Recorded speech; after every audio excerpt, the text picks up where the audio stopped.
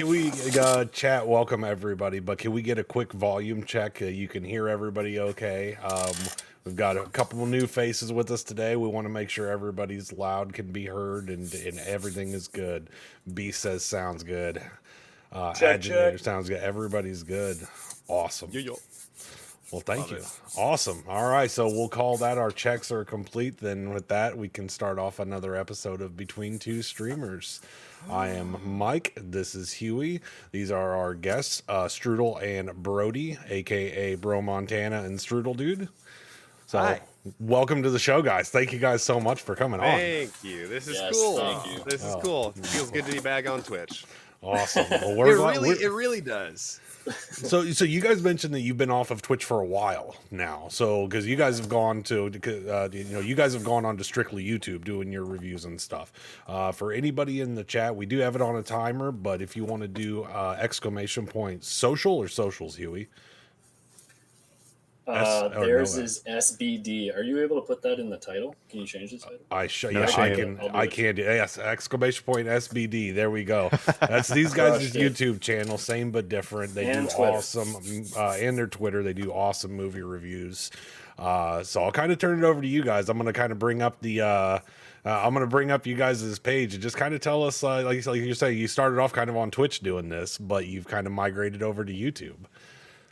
Yeah. Do you want to start this off, bro? No, you go for it. I'll smile. Okay.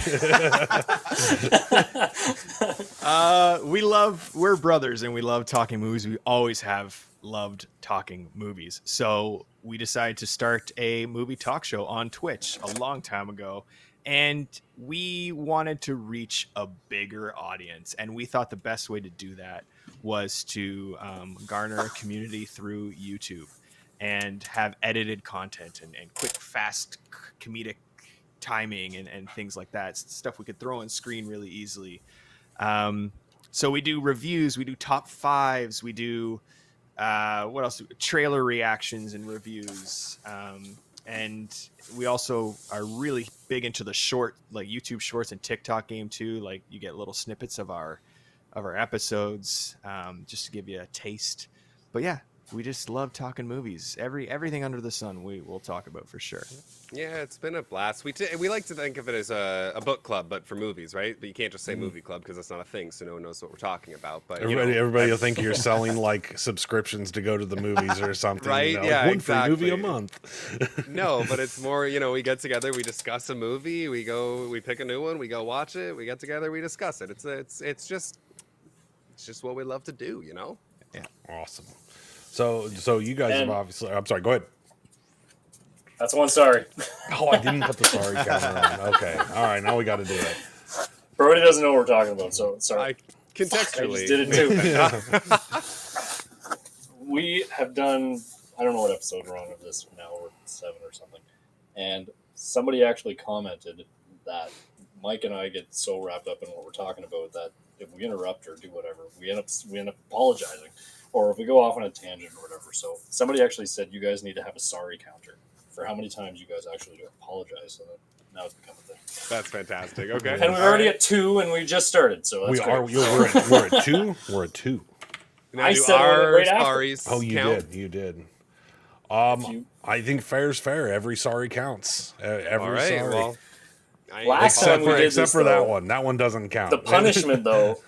Mike and I had the punishment though of spicy beans if we hit so many, but you guys don't. You guys probably don't have those at your disposal. I don't have any spicy beans on me, unfortunately. Just go to your fridge, get some hot sauce. And spoonfuls of hot sauce at a time. Get some hot sauce. Awesome. Yeah. Okay, back to my original. I was going to say, as you can see on their YouTube channel, tons of content too. Like they've been doing it a while. There's something for everybody. So please go check them out. Again, the socials are there.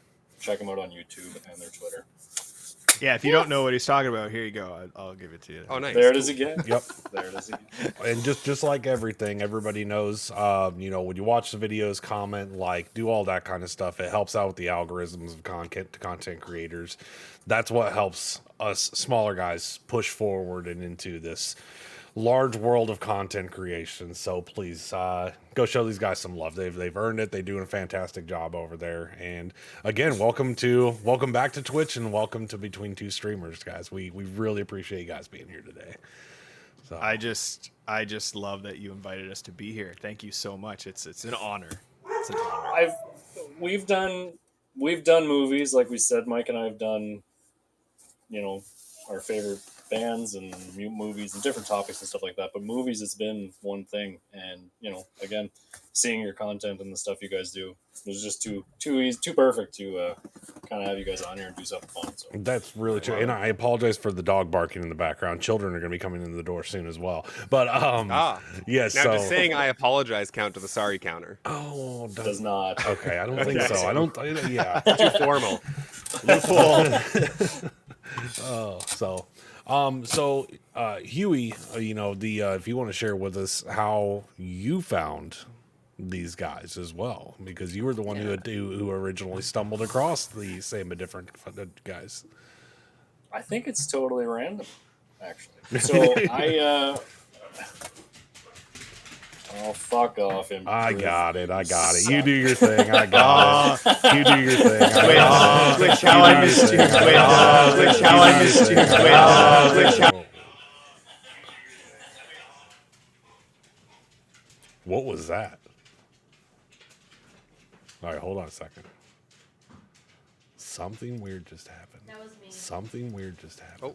Oh, Something weird just happened. Oh, There's a Oh, ghost. Something Hi, Allie. There it goes. There's a ghost. There it goes. Hi, Allie. There it goes. There's a ghost. There it goes. Hi, Allie. There it goes. There's a ghost. There it goes. Hi, Allie. There it goes. There's a ghost. There it goes. Hi, Allie. There it goes. Hold on. Okay, Do are you we want to still just good go while there? you figure this out? Audio is echoing. The remix is wild. The remix is real. I literally don't understand what just happened right there. But are we back to normal, chat? I think so. I think we're good. I think we're good. That was Crazy trippy. stuff. That was pretty trippy stuff. I like that. Wild. All right. It's a cool effect. Okay. I try. So it was actually a long time ago. So it was actually a long time ago. So other house. It was a few years ago that I was scrolling through Twitch and I stumbled across Strudel's channel, and I believe it was either the background or what you were talking about, that you had a whole bunch of 90s stuff in your background. And I just came in. I like meeting new people and that kind of stuff, and I thought your channel looked really cool. And then talking to you, you just are an awesome guy. And just super friendly, like just shooting the shit and engage in conversation in a chat, and it was really engaging. And then just went off on I'm a huge 90s nerd and love that kind of time and growing up there, and so just shooting the shit was really cool. And went from there, kind of followed you, and it was the one time I stream me gaming. I didn't do a lot of talk show stuff. I don't, not at all really. It's always been me gaming. The one time I was streaming, and Shabby there, Mike's fiance, came into my chat and started a different story. Just started telling a story, and we got onto the topic of 90s stuff, old cartoons, our favorite foods, blah blah blah. Ooh, and we went on a tangent. with Strudel, that you for a showed up in while. my chat. Hey, That was a long time ago. yeah. And Strudel showed up in my chat the one time that I'm not gaming and I'm just doing like a talk show kind of thing. We were just having fun. And kind of went from there. Then Mike and I started doing our Between Two Streamers thing. And Mike and our one episode was growing up in the 90s. And I reached out to Strudel. I'm like, hey, we're going to have a lot of fun if you want to come and watch the show and stuff. And it kind of got us talking there, and now once we kind of established that, I'm like, man, it'd be great to have you guys on the show. So here we are. Here we Here are. we are. It's Here we are. wild. Like I've said it a million times. It's neat to see the internet used for good, right? How did, like, all those years ago? Again, this is at least 3 years ago. I've been in this house a couple of years. At least 3 years ago, meeting you, talking about fun board games that we used to have growing up, and all the old toys and all that stuff. 3 years, at least, whatever, down the road, here we are Yep. doing a show together, talking about movies. Like, it's weird how things happen, right? I've always been the advocate of for Twitch being a place for connection. I know a lot of people Yeah. come here to game or watch hot tub streams, but like it's always been a place for connection, and this is the proof. Listen, Yeah. I do have to say though, Strudel, I really don't appreciate being called out on my hot tub streams like that. I don't know you that well, you know. I haven't been given that private link yet, Mike. Come Oh, on. fair enough, fair enough. That's the OnlyFans link. Sorry. So Yeah. cool. Man. And here we are. And here we are. So I guess that brings us to the topic of the day, which in discussion, we have decided that today we are going to be discussing our favorite Morgan Freeman movies. And in combination, there's going to be some honorable mentions, some favorite movies. I'm sure we're going to be mentioning, is there a difference between performance and movies? We're going to go off on many tangents like we always do. But yeah, favorite Morgan Freeman movies. So with that being said, Huey, would you like to kick us off with the favorite Morgan Freeman movie that you chose? Okay. So, the movie I chose is Seven. Am I talking about it, or are we doing trivia? But we actually have a tie for Do I this continue? movie. So Strudel, would you like to also reveal your choice? Sure. Yeah, I got it right here. I got to show off my memorabilia. Gee, the DV is that VHS. Wait, oh, I that is think I the have it on VHS. VHS. Oh man, I think I have the VHS of it too. Yeah. The VHS of Seven. That I'd be will impressed my with the laser pick. disc. I do not have a laser disc. the laser disc, right? Yeah, Seven is also my choice for my favorite Morgan Freeman performance. So good. Performance, So good. okay. No movie. Movie, okay, Oh. okay, gotcha. Yes. So I have to ask, you have the VHS, but do you have the VHS player to go along with that I that do. functions? I do. Yeah. Really? I do. I have one or two of them, I think. Oh Yep, man. I have it. I have it hooked up in my living room just You never know. for the times. Actually, it's currently not hooked up. I only hook it up when I want to watch a VHS because otherwise, why have it hooked up? Right. What good is it doing? Yes. Yeah, exactly. But usually around Halloween time, Christmas time, where I have specific movies that I just want to feel nostalgic about, Yeah. I'll pop it in VHS and watch them. Nice. Nice. You still get that kind of grainy quality of the old VHSs. It's not that crisp, That's right. clear Blu-ray, like listening to a record. digital.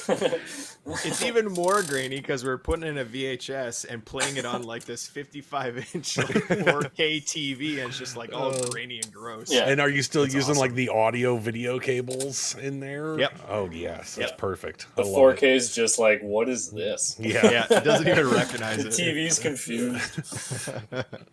Yeah. You know I can do a lot better than this, right? Yeah. Like, Yeah. Have you heard of Amazon Prime? You can rent this for like $2, man. Okay, so we'll kind of turn it all over to you guys to get us kicked off with talking about the movie. But again, I'm sure we're all just going to kind of jump in and talk about our favorite points of the movies. do you want the little trailer, or you want? Oh us to yeah, talk hey, we have trailers. Listen, okay. Love trailers. Listen, I'm probably gonna end up pulling this up, and it's gonna have like the super remix effect again. So Let's go. let's see what we can do. There it is. Okay, trailers. Pulling it up. So we have the TV spot for 7 here. The TV spot specifically. This is gonna be great. And Yeah, I it's want gonna to I sit. want to It's point quite the out- movie, and you're Okay. gonna So I'll sum it point up it in out 2 afterwards. seconds. But here we There go. are 7 deadly sins: gluttony, greed, sloth, wrath, pride, lust, and envy. 7. These murders are sermons to us. This will be the very definition of swift justice. Have you ever seen anything like this? No. He's 2 murders away from completing his masterpiece. Brad Pitt, Morgan Freeman, This isn't gonna have a happy ending. 7. Wow, is that a TV movie? It doesn't it look like it? So that was going to be my point. Is it's amazing to me. Like even the best quality trailer I could find for this was like VH quality, and I'm like, yes, this is perfect. So Nice. So yes, 7, a fantastic movie. Honestly, if I saw that now and I'd never seen Seven, I'd be like, damn, I want to watch that movie. Yeah, That it was looks right. intense, right? That's the thing. Chad, if you have not seen this movie, it's quite the show. Yeah, And it also, seems we'll to probably buckle in. spoil it for you, so careful. Yeah, and we're Yeah, totally going true. to spoil it. Yeah. Well, what is it? 20 to 30 years later? Spoilers. Yeah. So, yes, everything that you see here today, spoilers. Okay, fair warning. What's the date? Derek? We're going on 2024, so we're going on 28 years later. Wow. 28 That's the years sequel old. to that zombie movie, right? Yeah. Damn. Yep. Still waiting for the sequel 8. Nice. I like it. Yeah. Brendo, nice. Honestly, Well done. while I was rewatching this movie, I kept thinking of ways they could do a sequel, and I would feel I don't know. I'd like to see old Morgan Freeman and old Brad Pitt come back and do another case together, maybe off the books or something like that'd be kind of cool. So I don't know if it's a compliment or not, but has Morgan Freeman really aged much since that movie? I don't think so. Don't think so. He certainly if you see him in movies now, you can kind of see his glaucoma. Yeah, I Fair think enough, it started to show like Las Vegas. You were Oh, kind of like, he's solid getting up shout. there. Love that movie. Right? He's getting up there. He is. But he's still just such an icon. He's a legend. That guy's Is he 86? Is he 86 years old? Yeah. Man. We're doing a show on him and nobody checked his age or any of that. We Right? just watched the Chicken. movies. We just watched some movies, all right? He's 86. Wow. 86 years old. Well, they better get that sequel in here before too long. And he's still acting, which is incredible. So And not like so there's and I'm not gonna bash on him too hard because I know he has health issues these days, but like Bruce Willis is still acting, but it's like the most like showed up on set for one day or called in the performance roles that you've ever seen him in his career. Yeah. That dude's had some amazing performances in his career, and these days like most of his stuff is just like him sitting in a chair in his scenes, like just talking. And I feel like Morgan Freeman is like he's an active actor, you know. So, well, I mean, they I don't know what it is in Hollywood water. Maybe they drink blood or something. But like Michael Caine just like retired from acting at 90, but he was still acting and very spry and very aware. So it's crazy.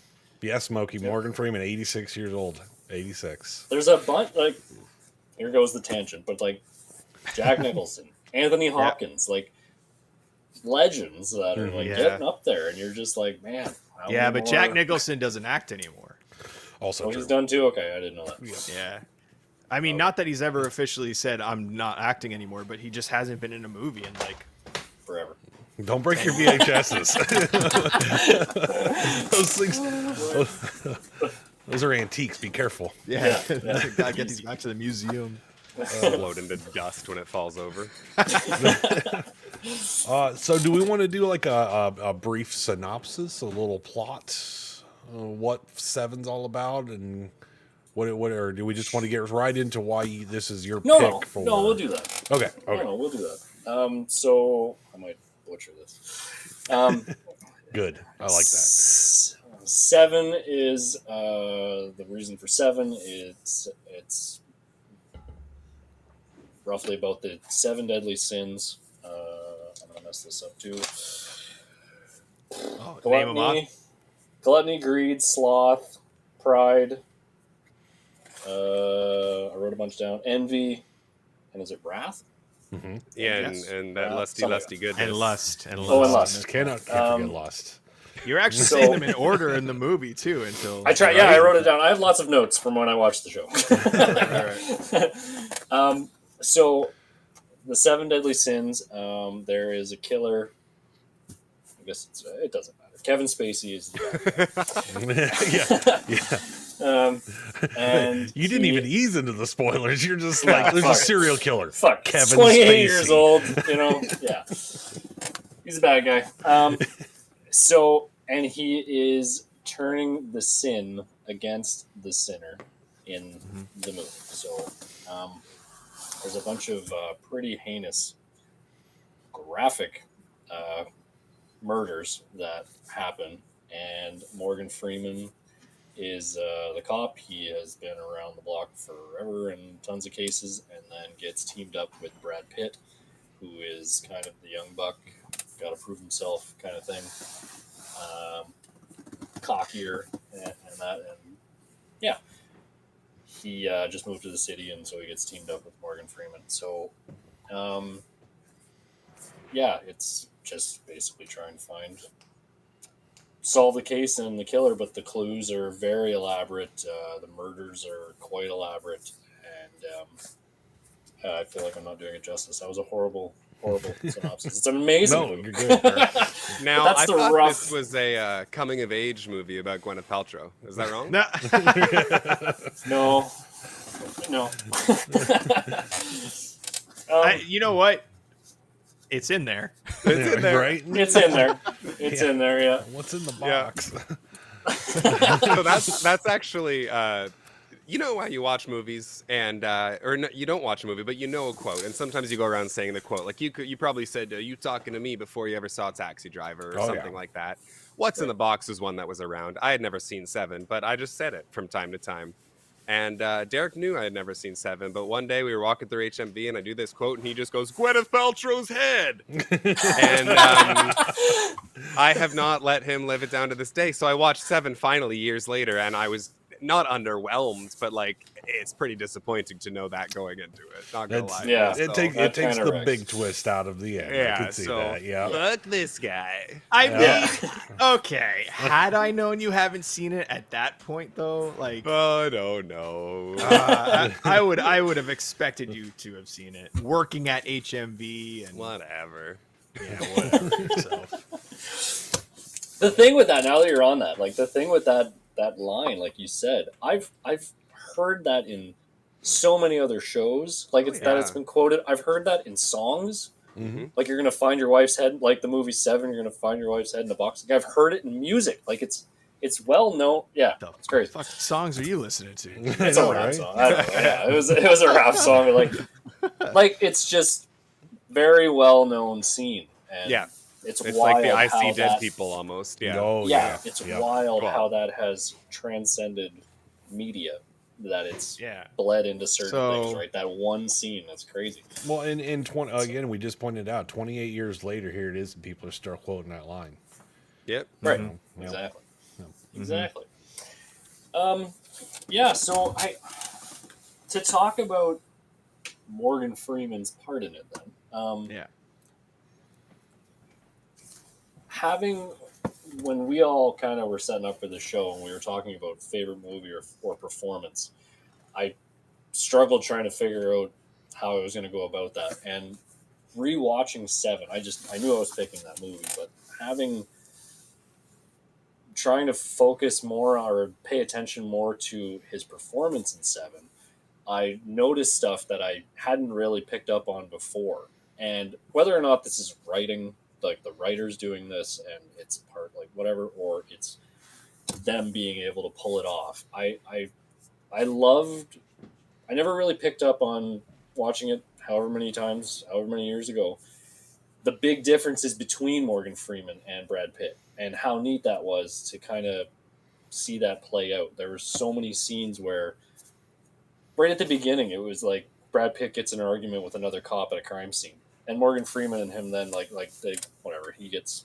bicker, Brad Pitt and the other guy, and then they end up in the crime scene. And Morgan Freeman's like, "Can you tell me what exactly was the point of the conversation you were about to have?"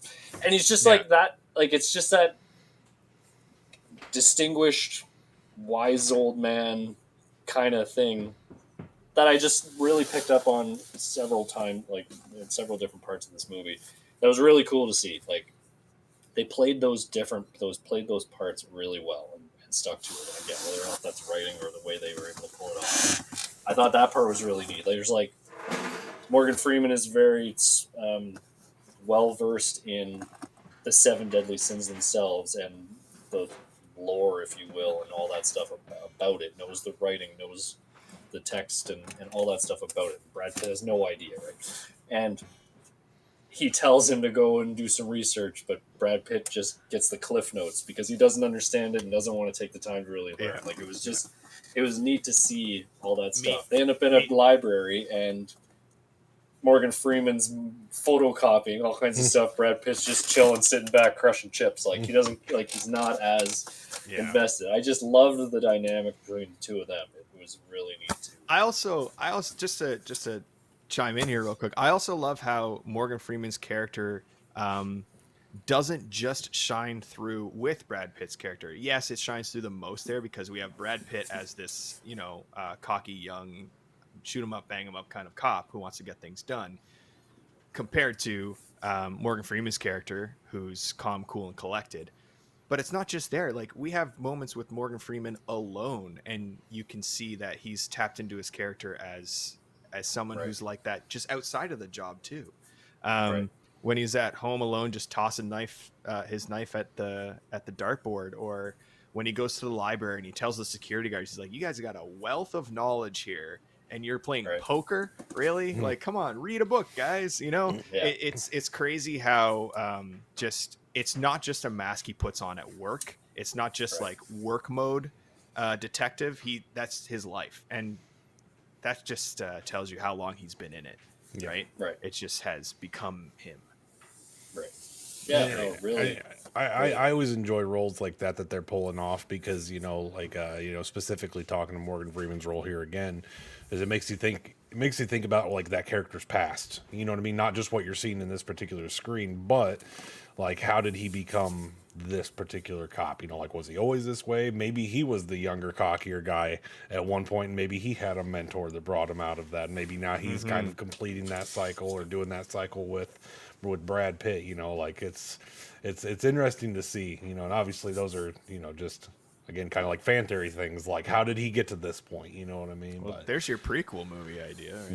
Yeah, that's 6. Okay, we still need an 8 though, because we. but yeah, like how did they become that cop? Have they always been that way? Is this something that they were mentored to be like? And is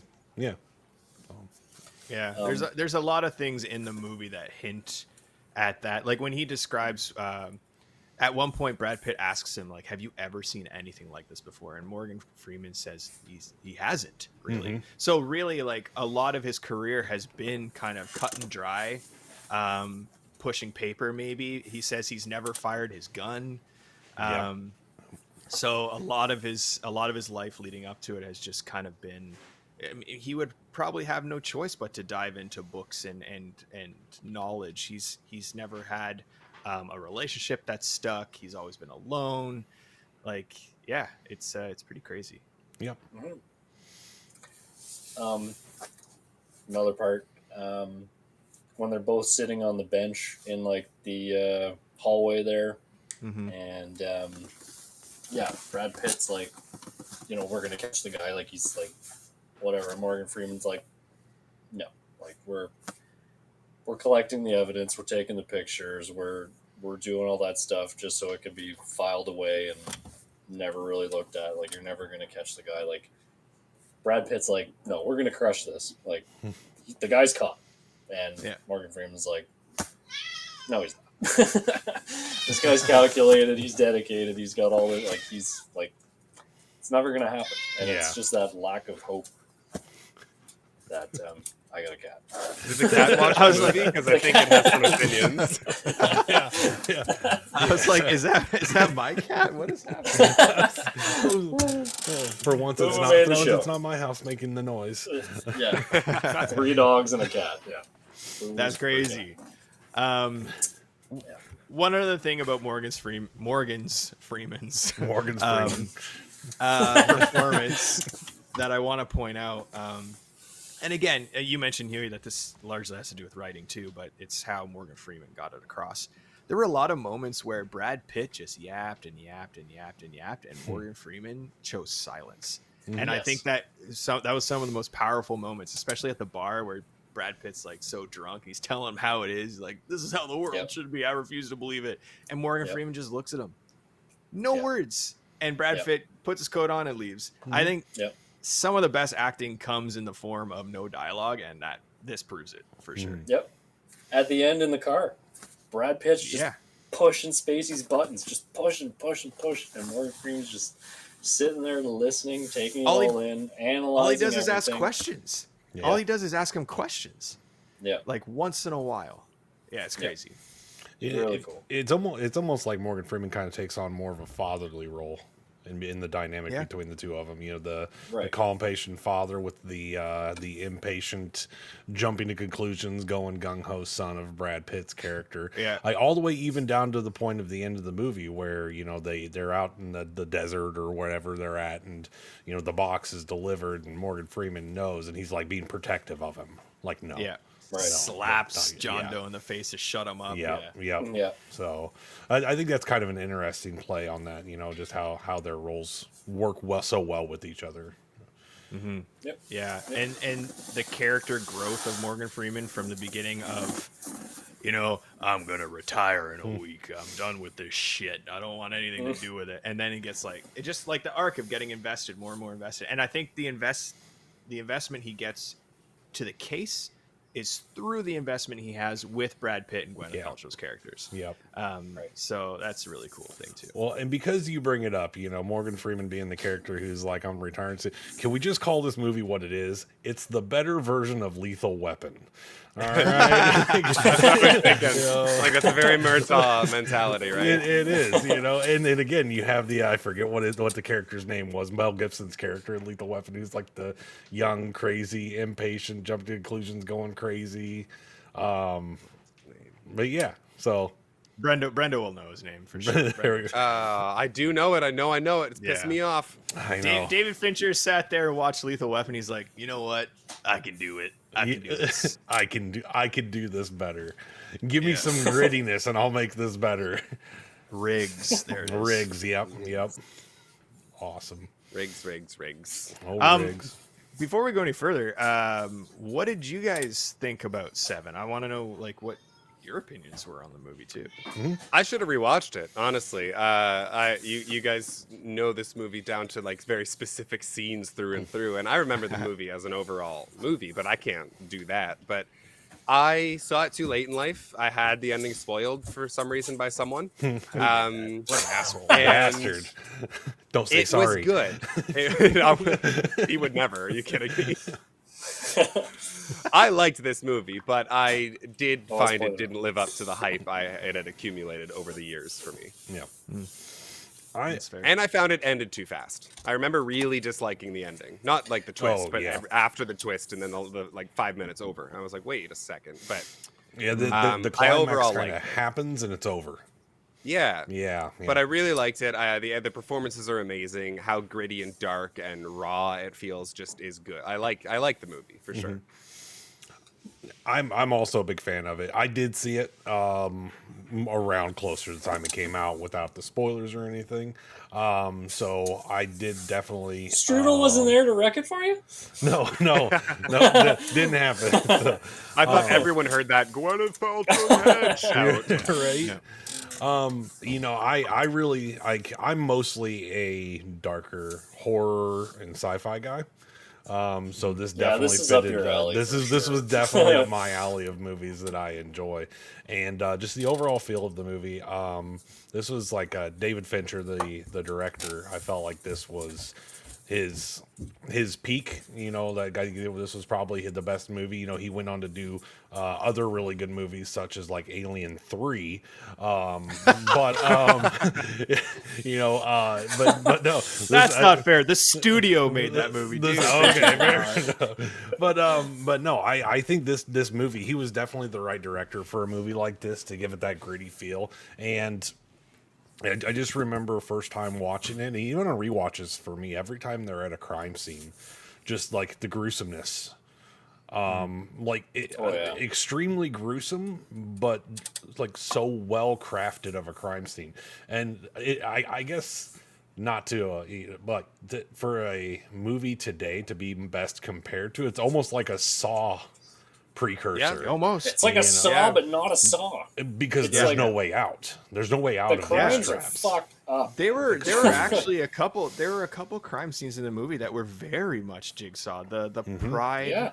The Pride one, he gave her a choice. He's like, either you can call for help or cut your face off. Yeah. You know what I mean? Like, it's crazy. Yeah. And the whole, well, this was less of a choice, but him making that guy wear the blade Yeah. Yeah. And, That was and- rough. yeah, that was crazy, man. That's Yeah. crazy. Yep. Yeah.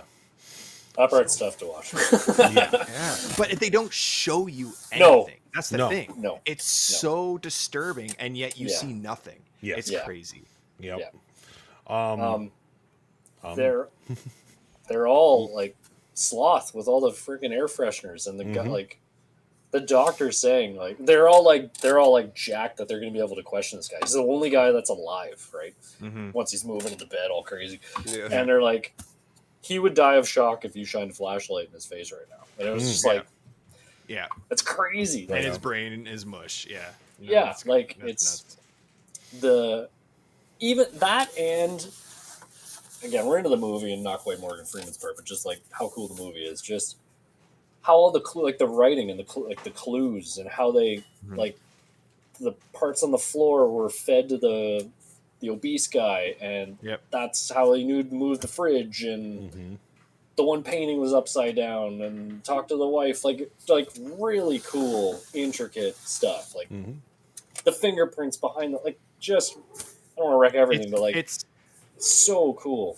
It's almost too convenient. Like while watching it, I was like, I had to take a step back and be like, okay, the fact that this guy John Doe predicted that they would find the shavings in his stomach and they would trace it back to the time screen, or like the fact that he knew they would talk to the wife and the wife would point out that the picture's upside down.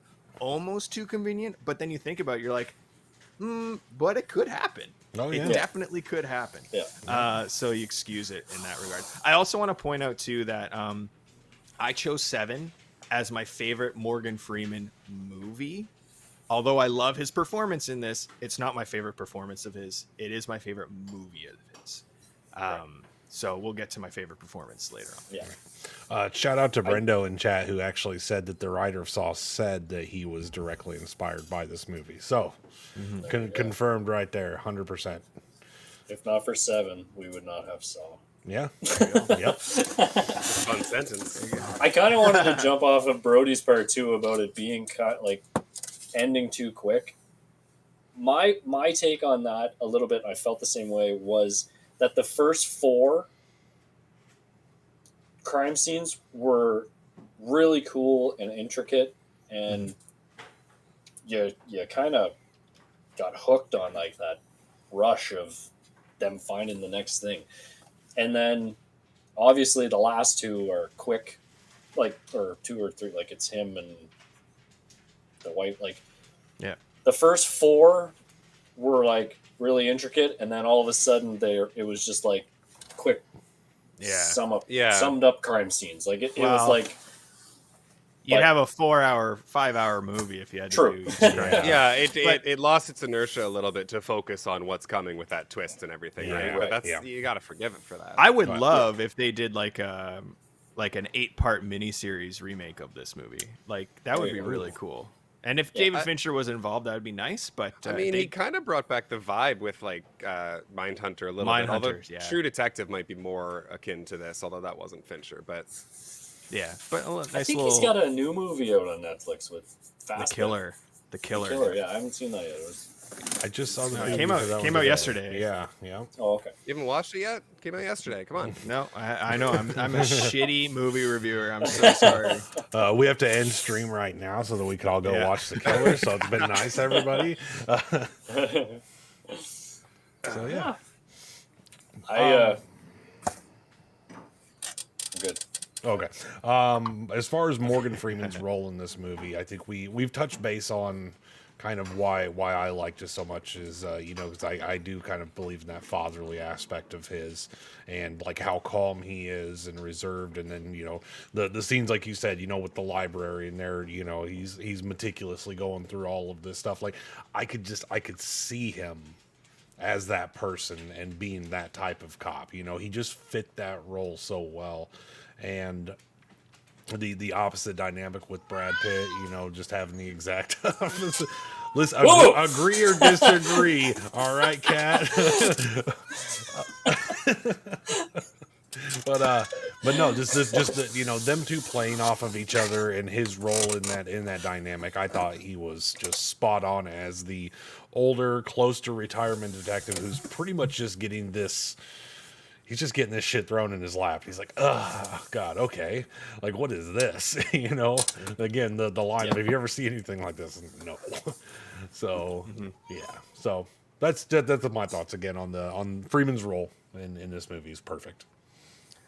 One last thing I want to say about Seven that I think, and it has to do with Morgan Freeman's role, is that, and this, again, the way it was written, his character, by the end of it, you're almost convinced, and maybe I would be there can be an argument that I was convinced that he was actually admiring John Doe by the end of this movie.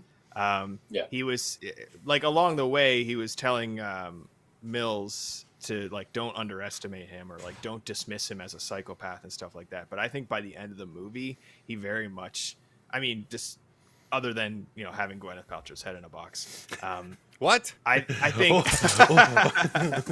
I think he was very much admiring this man by the end of the movie, and it's kind of creepy that somebody that violent and disturbed can get into somebody who is otherwise very calm and collected, and actually, not inspire. Inspire is the wrong word, but really make him admire him. Even the part when he says, "Imagine the will it takes to chain a man to a bed for a year." Yeah. Like, that's it is, and keep him fucking alive. wild, and keep him alive. Like, it is pay the bills, make sure nobody knows he's there, like, whatever, dying, like, all this stuff. Like, he was the best tenant ever. Like, part of you has to be like, that is difficult. I could not do that. It is impressive. It's sick. It's fucked, but still by today's standards, he may be the best tenant in New York City's ever seen. I would have quit after hanging up like 5 fresheners on the ceiling. I would right. like, this will be good enough. These things last a while. I got another thing. So much of a dark movie, like dark, always raining, and that part was neat. I don't know why I started with that, but like we talked about Morgan Freeman's seriousness and reserve and all that stuff, it was neat, the scene where they're all having dinner at Brad Pitt's place and the train goes by and Morgan Freeman laughs, which you don't hear often. Like, he's often got his voice, it's very serious, that's his role, he often plays in movies, and he belts out like a genuine laugh, and it's neat to see that kind of side as well, but you don't get all the time. And for a very dark movie, it's like a happy scene, right? You need that to humanize him, because otherwise by the end of the movie you're just like, who is this robot? Right, exactly. Yeah, that part was cool. Yeah, I agree. Yeah, sweet. Any final wrap up? Final wrap up on 7, or does that pretty much cover us? No, that's cool. Like, I if that's like this, like, our thoughts on him. Do, like, Strudel, do you have like a favorite line or moment or? I'm not sure, but there's so many good lines. There's so many good lines. Or a scene. What your favorite scene? Or, favorite scene? My favorite scene is most certainly the conversation between 3 of them in the car at the end. Yeah. Because it's a debate. It's really cool to see them just bounce back and forth off each other, and just argue their view of what they think is right. I think that's always really, really awesome. And then as far as like performance goes, I think the final climax, like Brad Pitt deciding whether or not he should kill this man, Morgan Freeman opening the box, realizing what's in there, trying to rush back and tell him not to open it or not to kill him, trying to convince him not to kill him. Kevin Spacey, I mean, as shitty as a human he is, he's a fucking amazing actor, man. Like, he kills it. So yeah, those are my favorite. I think those are my favorite scenes. Just mainly the end of the movie, but I love the movie, I swear. Yeah. I like the part. I like the 2 parts when he asked Brad Pitt what was the point of the conversation you were about to have. I just think that's takes you like stops Brad Pitt like Brad Pitt thinks what he did was like fine, and Morgan Freeman makes him stop and think like, what was the point of what you were just about to do? Like I just think that's neat, that dynamic. That, and I liked when Kevin Spacey's in the back of the car and he's talking about how he was chosen, and Morgan Freeman asks him. Morgan Freeman says, "I'm glad you asked." Like Kevin Spacey asked, "What do you mean by that?" Morgan Freeman's like, "I'm glad you asked." Like it's like, again, Kevin Spacey thinks he's got everything figured out. He's got everybody fooled. He's got a one up on everybody, and then Morgan Freeman kind of stops him in his tracks, and it's like gets Kevin Spacey to stop and think for a second about maybe you know what, I did get some pleasure out of doing this. It wasn't all because I was chosen. You are right, and you know what I mean. Makes him stop. Like I thought that was a neat. I like those two kind of quotes. Love it. And that.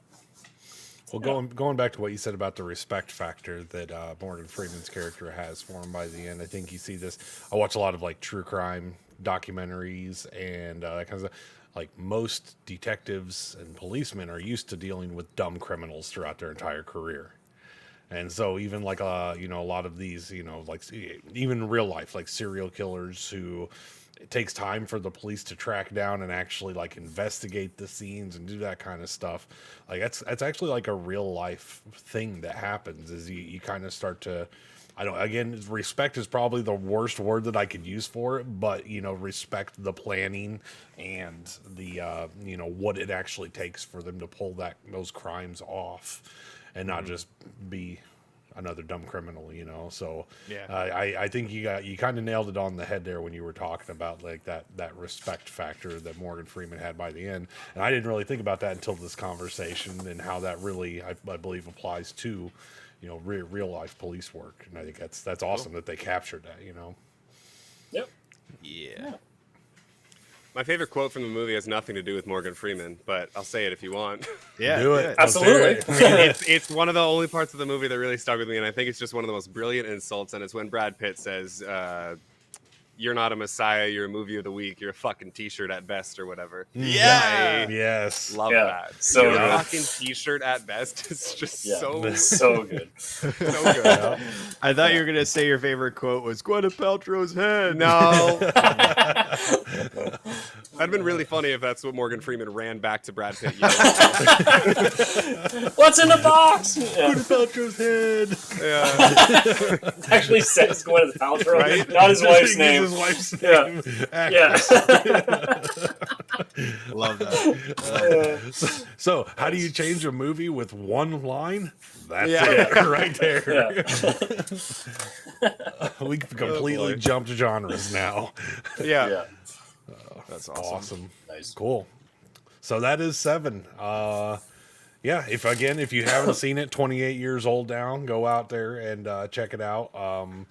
If you're watching it, we have obviously completely shattered and ruined every bit and twist that you may have come across, but It's still excellent. You'll still be on the edge of 100% your seat, guaranteed. Yes, 100%. Guaranteed you'll be on the edge of your seat. Us sitting here and doing our review of it honestly cannot do that movie justice. It's such a fantastic movie and well put together.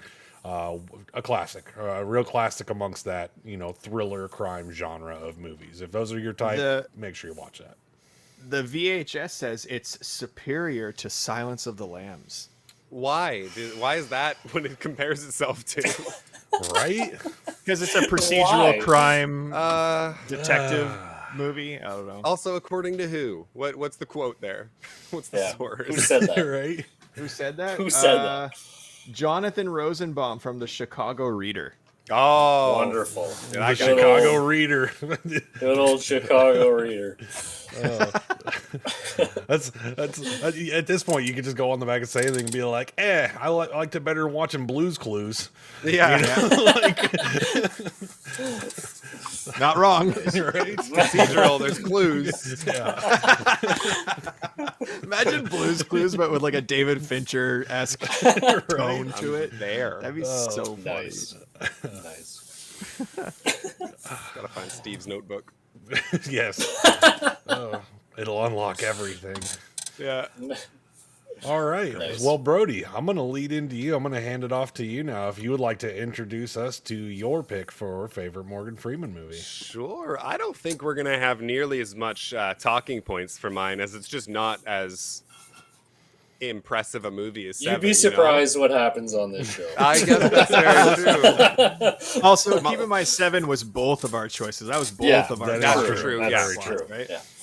Mine is also, I mean, it's not new, it's not old, it's about 15 years old, I believe, and this movie just blew me away. I've seen it so many times. I don't know what it is. One of the best action movies, modern action movies ever, and it is Wanted. Ooh. Curve the bullet. I don't the know. bullet. I don't know. I guess you may want to put the trailer on before we get into it. Yes, I will pull up the Curving trailer bullets. now. And if I can find the trailers, I have like 10 tabs open for this stuff. You'll have to. Oh, here it is. Okay. All right. So the trailer for Wanted. Here we go. All right, shoot the target. How am I supposed to do that? I want you to curve the bullet.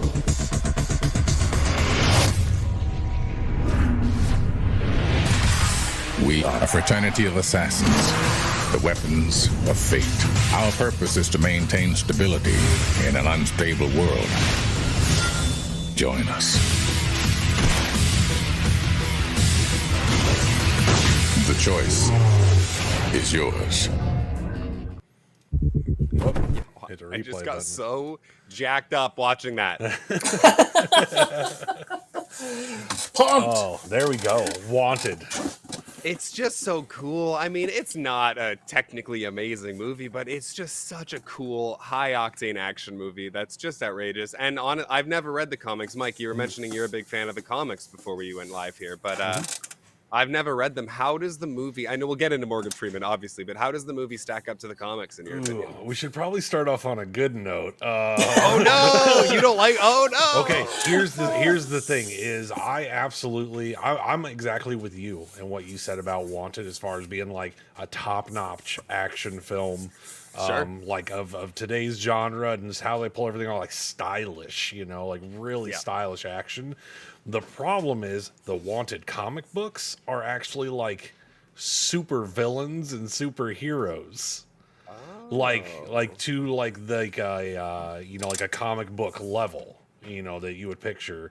So like almost like alien looking creatures. They have powers and abilities and all kinds of stuff. So it's not just Morgan Freeman. It's definitely not Morgan Freeman. Morgan Freeman doesn't exist in the comic. Okay. I wonder why they went such a more grounded route with the movie. Well, grounded is hard to say, but you know what I mean. Grounded, yes. It's not as awkward as it. It almost be like having like the Guardians of the Galaxy cast doing like Wanted. You know what I mean? Because it is still like it's super villains versus superheroes are the two associations, whereas in the movie it's more of like assassins. World-class assassins and who can do some pretty super wild things. stuff, super things, yes, but not quite to a superpower type level. So that would be my issue with the comics versus book or the comics versus movie Wanted. But the reason being, you bring up a good point because you're like, I wonder why they went such a different route. It pulls in multiple audiences because you do capture the people who were the comic book fans of Wanted and you draw them to the theater to watch this movie, but then you're also capturing people who are not into the comic books and the superhero stuff and drawing them in for just an action flick. And you get mixed reactions, obviously, whenever you pull from both sides. Obviously, you're going to make the straightforward action people a little bit happier, and you're going to disappoint the comic book people. But you got their money, and that's all that matters. Yeah. So, anyways, that would be my gripe about Wanted, was that it was kind of a. If they would have named it anything else but Wanted and not say that it's based off of the Frank Miller graphic novels, I would have been like, sure, this movie kicks ass, but still absolutely kick ass. I don't like the cash grab of naming it after something and then changing everything about it. Yeah, no, of course I don't. I guess in that regard, I'm lucky I never read the comics. Yes, but I do want to now. I think I can separate them in my brain now that I'm doing it backwards. Yep. Right. They could have wild. called that Superman 5, and because Angelina Jolie's in it, I would have been in that seat. I don't. Yeah. Yeah. That's good. I don't know. I just love it. And yeah. So we'll jump into Morgan Freeman, who is not a giant role in this movie, but he kind of becomes a main role by the end of it. Being, oh shit, he's the bad guy. What? Yeah. What? Oh Yeah. God! I'm so sorry. Spoilers. Sorry. Oh, how many sorries was that right there? Hold on a second. Oh, I just heard no. so many. No, I think it was 2. I think 2. We'll go with 2. We're I'm up to good with 4. that. Yes. Fuck. I doubled it in 5 seconds. But yeah, so this isn't to besmirch Morgan Freeman at all, because I think the man's an incredible actor. But it was hard for me to pick a favorite role of his because he is typecast as Morgan Freeman a lot. You know? Yeah. Right. He is Wise very old man. often wise old man, monotone, beautiful, just endearing and engaging, but not doing much, I suppose.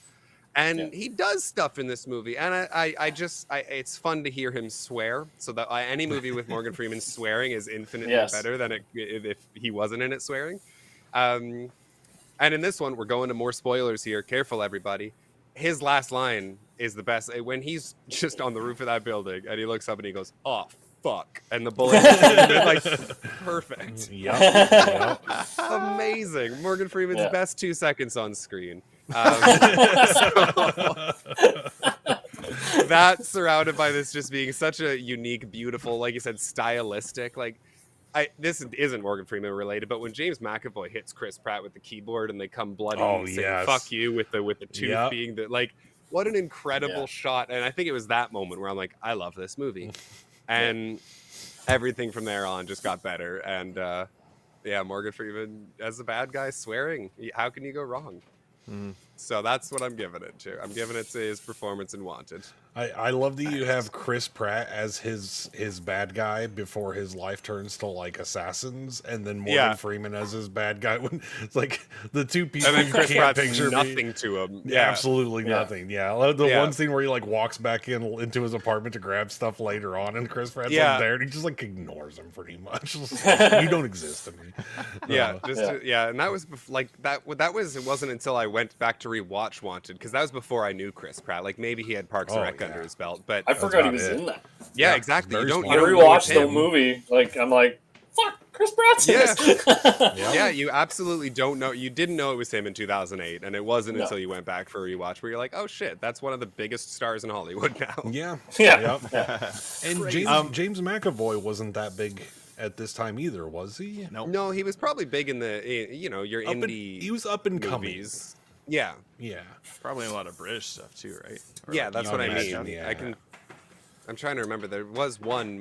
Anyway, yes, he was in a lot of British indie things, so he had a name for himself. But this got him going. Yeah. So So I feel like I know the answer to this already, but was this your pick for his favorite performance and your favorite movie of his? I don't know. Okay, because he's in some fantastic. This is my favorite, probably both. I understand and recognize it's not the best, and I could. There were a lot of movies that were in my wheelhouse of what I was going to pick here, but Wanted. We're talking about favorites. Yeah, and it's my favorite. Yeah, I would say my favorite performance of his because of that last line, and just my favorite movie he might be attached to. Although that's probably not true, but I don't. It's hard. It's so. You hard. love the movie. It's all good. I love the movie, and I recognize there are some better, and I might even like some movies more. But I don't know. Yeah, whatever, man. So you go ahead. I was good. Mexican standoff. You're right. I was just gonna say if you wanted to do like a brief overview, but if that's gonna take too much time, if Mike, you wanted to just kind of what the movie is actually about. Oh yeah, I for got you. people that haven't. Yeah, go for it. Let's hear it, bro. You want me to? Oh yeah. Well, it's James McAvoy. He works. I don't know what he is, an accountant or something. Some shitty office job he doesn't want to be. His life's going nowhere. And his dad, who he doesn't know, dies. I think is murdered. And I'm not going to do a very good job of this either, Huey. So I understand how hard this was now that you're put on the spot. Go. And he meets Angelina Jolie, who's this sexy seductress fox. That's literally her name. Very on the nose with that one. In the credits, that's what it says. Yeah, I think it's something Fox, but it's just Fox. There you go. And she recruits him for whatever reason. He's a nobody into a secret society of assassins. Who Morgan Freeman is the boss of. He's the boss a lot, isn't he? He's always the boss. Remember that. Yeah. And they in the fraternity, Fox and I don't remember Morgan Freeman's character's name, Sloane. Just teach Wesley, James McAvoy's character, how to tap into these dormant abilities, I guess, that he has, curving bullets and shooting the wings off of flies and. Just wild I forget stuff. how they explain it. It's like he's like slowing down like his perception or something, or his heart beats 400 times faster than the normal person. He can tap into that, and she recruits him because of who his dad is. Yeah, that's what. Yeah, exactly. I guess mentioning his estranged father was important to that, and then he tries to cope with these newfound abilities, all while figuring out this fraternity is a little more mysterious than he once thought, and then he shoots Morgan Freeman in the head. Yep, perfect. And what the fuck have you done with your life? Right? Yeah, exactly. Yeah, an incredible final line to a movie. So there's twists about who his dad actually is. Oh yeah, there is. Yeah. Yes. That kind of comes out. They basically, like, the whole time he's trying to kill the killer of his dad, and that has its own whole twist, kind of thing. So, and that little fight on the train cart with the glass under them and stuff. Cool. Yeah. The train fight is awesome. Yeah. It's almost like this isn't gonna land, but like a Boondock Saints kind of feel of you gotta kill you're just taking out the shitty people in the world, even though in this case they don't really know. Like, there's these elders that have that loom and it's in the threads. The thread overlaps is like binary. Yeah, I forgot about it's binary. It's like, probably spelling out Veritas and Equitas, just like Boondock Saints. It's all binary, and then it's like gives you a name, and there's no questions asked. It's go kill this person. Yeah. You have no idea what they're gonna do. So that part was neat, but very different. Like, the loom thing was like, we basically kill off of by machine. Like, is that in the comics? I imagine that's different. That's not in the comics. Not at all. Okay. Interesting. Then they had no business adding that into this. It's a super weird thing. I like it. It's very It's- Greek mythology, like the three sisters' fates, like cutting strings and stuff. Like, that's really cool. Yeah. Yeah. It was very different way of doing that. So that was. Yeah, I guess it's an underlying. That's the super out of this world aspect, kind of too, like a supernatural maybe aspect. Nod at the comics a little bit. Yeah, I could see it. Huh. So what did you guys think of one? Well, I have to bring one point up, because you mentioned this kind of at the beginning, whenever you were talking about choosing your favorite Morgan Freeman performance, and how most of his, or a lot of his movies are Morgan Freeman doing Morgan Freeman things. One. So, like, is our perception of Morgan Freeman twisted? Is he just like the king of exposition? And we're like, his voice is beautiful, so it's okay. Put him in anything. Put him in anything. We'll talk about fucking penguins. We're listen, good. I don't know what's going on. Get Morgan Freeman to explain the plot to me. All right. Probably to a degree, at least. Yeah, it's bizarre because he does what he does so well, but it is a large portion of all he does. So it's hard to say. Like, it'd be interesting to sit down and have a beer with him and see if that is him, or he chose this persona 30 years ago and has just stuck with it. Imagine he just starts narrating your date. Well, there's always the joke that everybody wants Morgan Freeman to do their eulogy at their funeral. Like, my life will sound epic as long as Morgan Freeman gives my eulogy. That, or I would maybe Liam Neeson would be up there. He's got a good voice too. That's true, but he would also threaten everybody that comes. So you got to be concerned about that. Who killed Liam this Neeson man? pre-taken because all of a sudden this guy was an action star. He wasn't for his entire life. How did that happen? Oh my I don't God. know. Yeah, that's insane. That's a Morgan good Freeman point. needs a Taken movie. Morgan Freeman. That was my thing. I said that in the tweet. I put it out there. I said Nice. we need Morgan Freeman in a Taken or an Equalizer role. Oh my god, it could be kick the bucket list. There you go. Love that. Nice. Yeah, but with Wanted, it was cool. It was a cool movie. Had some cool effects. That guy jumping out the window and all the glass. The Chris Pratt with the keyboard thing, like really cool. Like Yeah. definitely some neat scenes. The whole bullet fucking going around corners thing, pretty cool. Angelina Jolie's crazy fucking 90-degree gun. There's had some cool in the around grocery corners. store. Yeah, she's flipping shooting it around around, shooting corners. around corners. That's Yeah. right. Yeah. Yep. Had some cool. It definitely had some cool stuff.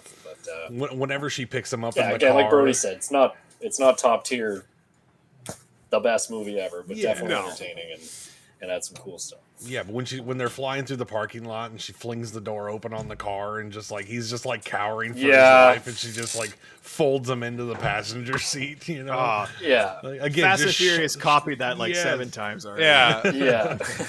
but just that schlocky action, unapologetically exactly. schlocky action. Yeah. So very good one. Yeah. Yeah, I like love that this gear movie. shift would go up his ass if that happened. Oh. in real life. Like he's going into that car, you know. Yeah. Yeah, the car flip part. The car flip part over the cop. All the cop cars yeah. land sideways on the bus, and then the bus tips over, drives away. Fuck. He flips over and assassinates the guy with the bulletproof windows on his limo. Yes. And shoots him through the sunroof. It's so good, man. It's great. If action movies got rid of the laws of physics more often, we'd be in a better world, I think. I agree. You have to know going in though. Like I remember Shoot 'Em Up with Clive Owen. Yeah. And I was so angry at that movie. I'm like, this is fucking dumb. I can't watch this. But I didn't know going in that it was going to be like that. I was expecting like an action movie and not goofy. Yeah, I don't know. So- The stabbing in the face with the carrot from Shoot 'Em Up still sticks in my mind. And There I you get go. just as So- mad when people don't indicate. I'm like, you know, his whole "it's an inch from your fucking finger, just indicate." I still think that. I do too. There you go. But I get what you're saying. It's misleading because you think it's going to be a shoot 'em up action movie, and it's all of a sudden larger than life, right? Yeah. So there's a little bit of that in Wanted. But at the same time, like you referenced, Shoot 'Em Up was more marketed as a straightforward action, whereas I think you could tell I even missed from that, no,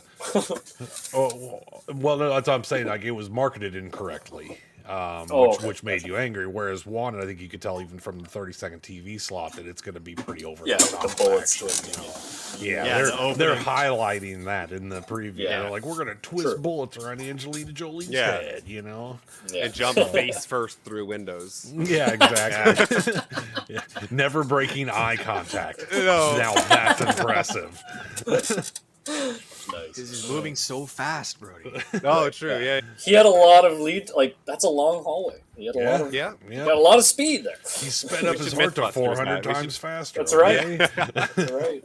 Yeah. That gives you the Next time ability on to- Between Two Streamers, they're gonna test it in a hallway for you. Perfect. Yes. With the Inception rotating hallway. Oh man, we're mix and match. We're I like stepping it up. Yep. You got to go bigger, right? You can't just leave it the same. Wild. This movie's great. I love this. It's one of those guilty pleasure movies. Yeah. I loved watching it when I was 18, mostly because I had a lot of hormones at that time. But like For watching Morgan it Freeman? now for Morgan Freeman. But even watching it now, like it's so much fun. And you need those movies sometimes. We can sit down and watch Seven and just like have an intellectual conversation about how well crafted it is. But sometimes you need to watch these movies and just have fun. And it's just that's what it is. It gives you fun, and I'm okay with that. Yep. Yep. 100% agree. Yeah. Favorite line, Brody? Do you have a favorite line? Oh, you. I think we know that one. We already know that. Never mind. We already know. Yeah. Well, Well, Okay, it is. scene It's like back to back then, because it is his "oh fuck," and then it is the end of the movie. Like, what the fuck have you done lately? The end. That's awesome. That's just awesome. Yep. A scene that we haven't touched on That we haven't touched on, because it would or probably be have, or if we the- have touched on it, whatever. Your It would favorite probably be the train fight, or like I said, the keyboard thing was the moment I fell in love with the movie. So that might have to make the top of the list too, is. Nice. because yeah, it was just awesome. This is one of the movies too that I was naively convinced that one day somebody will recruit me to be part of their team, and I'll just like go to my bank account and I'll have $1 billion. I'll be like, Yes. One day. Come oh on. man, I promise I'll try to learn how to curve a bullet. yeah, yeah. No, it's a great movie. I think one of my favorite scenes from Wanted was actually the kind of I guess you could call it nothing other than the training montage. Okay. Was where he's fighting like the is it a butcher? I think it's Yeah. the butcher. Yeah. The butcher, yeah, and this dude's just repeatedly just beating the shit out of him, and they put him in that whatever that bath of stuff is. It just looks like wax, Peels him. peels Yeah, it all it's off. And just he's like all candles. better, and then just like you just see James McAvoy's performance during that time. Obviously, you see him getting better and angrier. You know what I mean? Like you see him making progress over a short period of time, but it's just funny to still see, even though he's making progress. The next thing you know, like it's like this butcher dude's still just beating the shit out of him. You can get angrier. It's fine. I could take this, and so he finally kind of makes his way to where he can overcome that. But and then there's payoff to all of that as well. So no, I loved the training montage. I thought it was fun. I think of like Rocky training montages, and it's just like he's just like doing punching bags and running stairs, and it's like look at him go. And then our training montage is like, Jesus, he's gonna die. Yeah, I think training montages are so much fun, and movies are tentative to use them because they're almost like farcical now. Yep. But like they're so much fun. You get to slap a good song on there and you throw 3 minutes of cool footage, Hercules style or whatever. Like, oh yeah, it's good shit, man. But I don't know, I feel like it just isn't something people do anymore. no, it's really not. The last I'm one I can personally- think of was Captain America, and that didn't work. That one was bad, like the first one. I know. I wanted it to be. I'm personally not a big fan of montages in general. So Okay. and not that I'm like turned off by the movie when it comes on, but I'll sit through it. I'll be like, but they could have done this a better way, I guess. I don't know. Montages aren't my thing. Could have seen the progress through story better than a montage of, and now it's over. Now I we're get at why this they point. do it. I get why they do it, but Yeah. I don't know. No, I got you. Huey, thoughts? My scene is when he shoots the wings off the flies. That's neat. That's that is neat. Neat's a good word for that. Yeah, that's different. Yeah, but cool how they did it. Like, I don't know, that's one hell of a way to show the talent. I guess it's a very creative way to do that. If Miyagi can Shoot the wings catch off a the fly- flies, he's like, what? Yeah. It is Dad very could do it. I Miyagi, could you're do right. it. Yeah. Yep. So that was kind of All right. I guess that's Wanted. I guess that's There we Wanted. go. So, well, I guess that'll take us into my pick then. And my pick was another, I will say, another oddball choice here. One that went very much under the radar whenever it was released, and I feel like is one of those movies who gained a little bit of a cult following later on. Yep. Once the performance, because it's got a decent amount of very recognizable names in it, and who put on some good performances, but just flopped at the theaters due to whether it be marketing or just the type of movie that it is at the time. But my choice was Lucky Number 11. nice. So Good pick.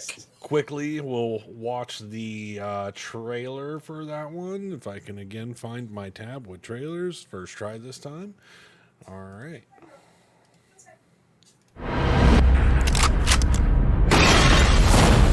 They witnessed a crime.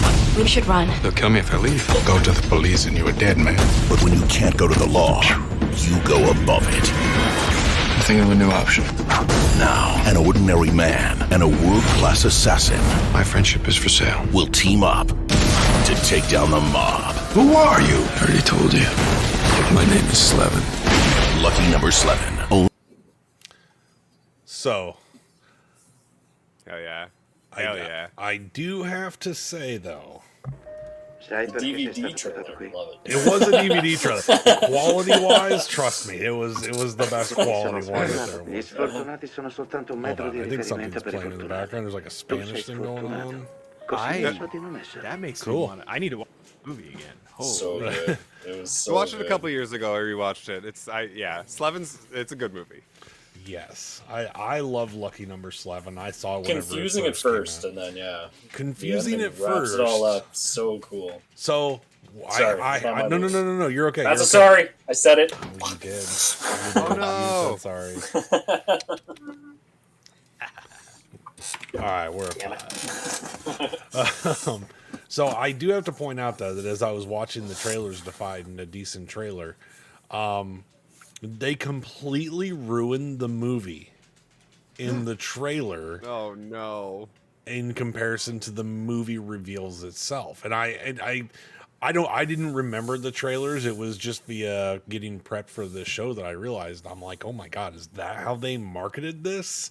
Because in that preview that we just watched, it says like an ordinary guy and a world-class assassin must team up to take down a mobster. I'm like, that's literally the twist. Yeah, that's the twist. You just gave it all away. Yeah. That's insane to me. So I need this explained. I haven't seen this in a very long time. Okay. How is that the twist? Because that sounds normal exposition to me. So so I'll go into a little bit of depth. So this is hard. This was a movie that's relatively difficult to follow. Until you watch it all the way through the first time and everything clicks, and it all makes sense. This is almost like a two-watcher kind of. It is, because it changes your perception of things whenever you watch it a second time, and everybody's roles in it. So Lucky Number 11 starts off with pretty much what seems like a series of just like random conversations and clips of like, there's like some stuff from back in the day of like the 1970s. I think there's a couple of clips in there of some people getting killed. And then it's like this is being told by Bruce Willis's character to another guy sitting in an airport. He's talking about what they call the Kansas City Shuffle.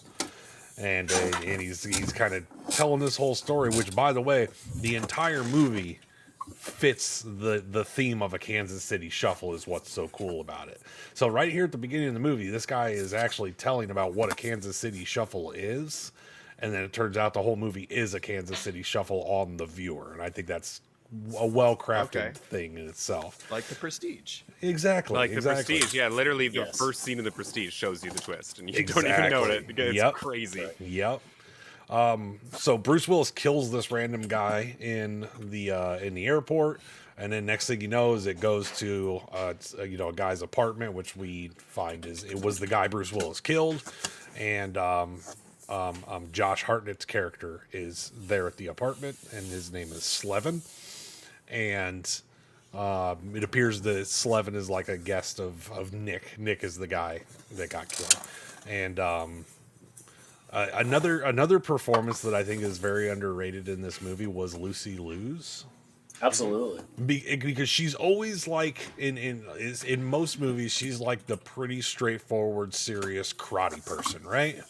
And she's like this happy-go-lucky, bubbly, naive, but like really kind of smart character in this movie. I love that they took her out of the typecast that she usually is and inserted her in this, and she just nailed it. Again, it sucks that this movie went under the radar, because I feel like with a lot of the performances that were in it, it could have really opened up some pathways for some of these characters. But so anyways, Slevin opens the door. There's some mob guys there.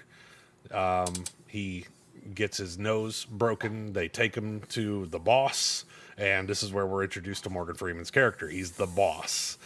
Again. That's so literally, cool. but that's literally what his character's name is in the movie. Yeah. Is he's the boss. Who are you? I'm the boss. That's like his introduction.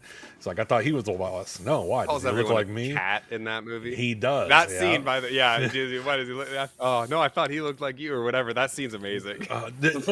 How like that dialogue, and again, I think it's the performances, and it's just really well written dialogue in this movie. Of like the chatter back and forth, and just like it's like the movie wants to be taken seriously, but also kind of not taken seriously. You know what I mean? Just it's fun. You know, it's just really fun. So, you know, he pretty much finds out that everybody thinks that he's Nick, the guy who was killed in the beginning. He's like friend's apartment that he's in because he's in his friend's apartment. The guys that pick him up. He's like, I'm not Nick. He's like, I was told to pick up the guy at this apartment. You're a guy at this apartment, so you're coming with us, you know.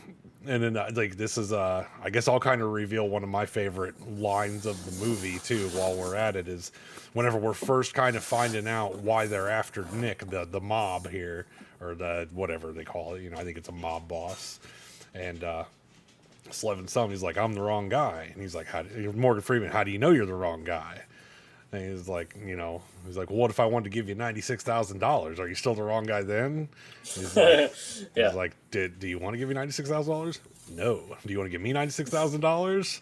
And he just kind of stares at me. He's like, no. Should I give you $96,000? Like, you find out that Nick's like super in debt to this guy via this little chatter of conversation. You know, and again, it's the conversation, just how it just rolls off everybody's tongues. It's just said kind of nonchalantly. And I could just picture Morgan Freeman being like a very charismatic mob boss, and just how he pulls it off, and just his demeanor, how he is. He's Morgan Freeman in this movie, and you can't really help that. But can you guys hear that in the background? Sorry. Yeah. That's okay though. That's really loud. Okay, sorry, but So yeah, we're. You said sorry. Yes. Oh man, thank you. Thank you, Brody. All right, we're at 6. Man, it's getting up there this time. So then Slevin is taken back, and he's kind of, he knows he's in something. He also has a disease that makes him not care about things. So he's like nonchalant about everything. He's just like, oh, okay, He owes everybody a ton of money. They're gonna kill him. They're gonna kill him. He's being threatened. Is this the part where Hakuna Matata. You say something about you're gonna kill me if I go to the cops? Do I need to say that? No. Didn't you just kind of say that?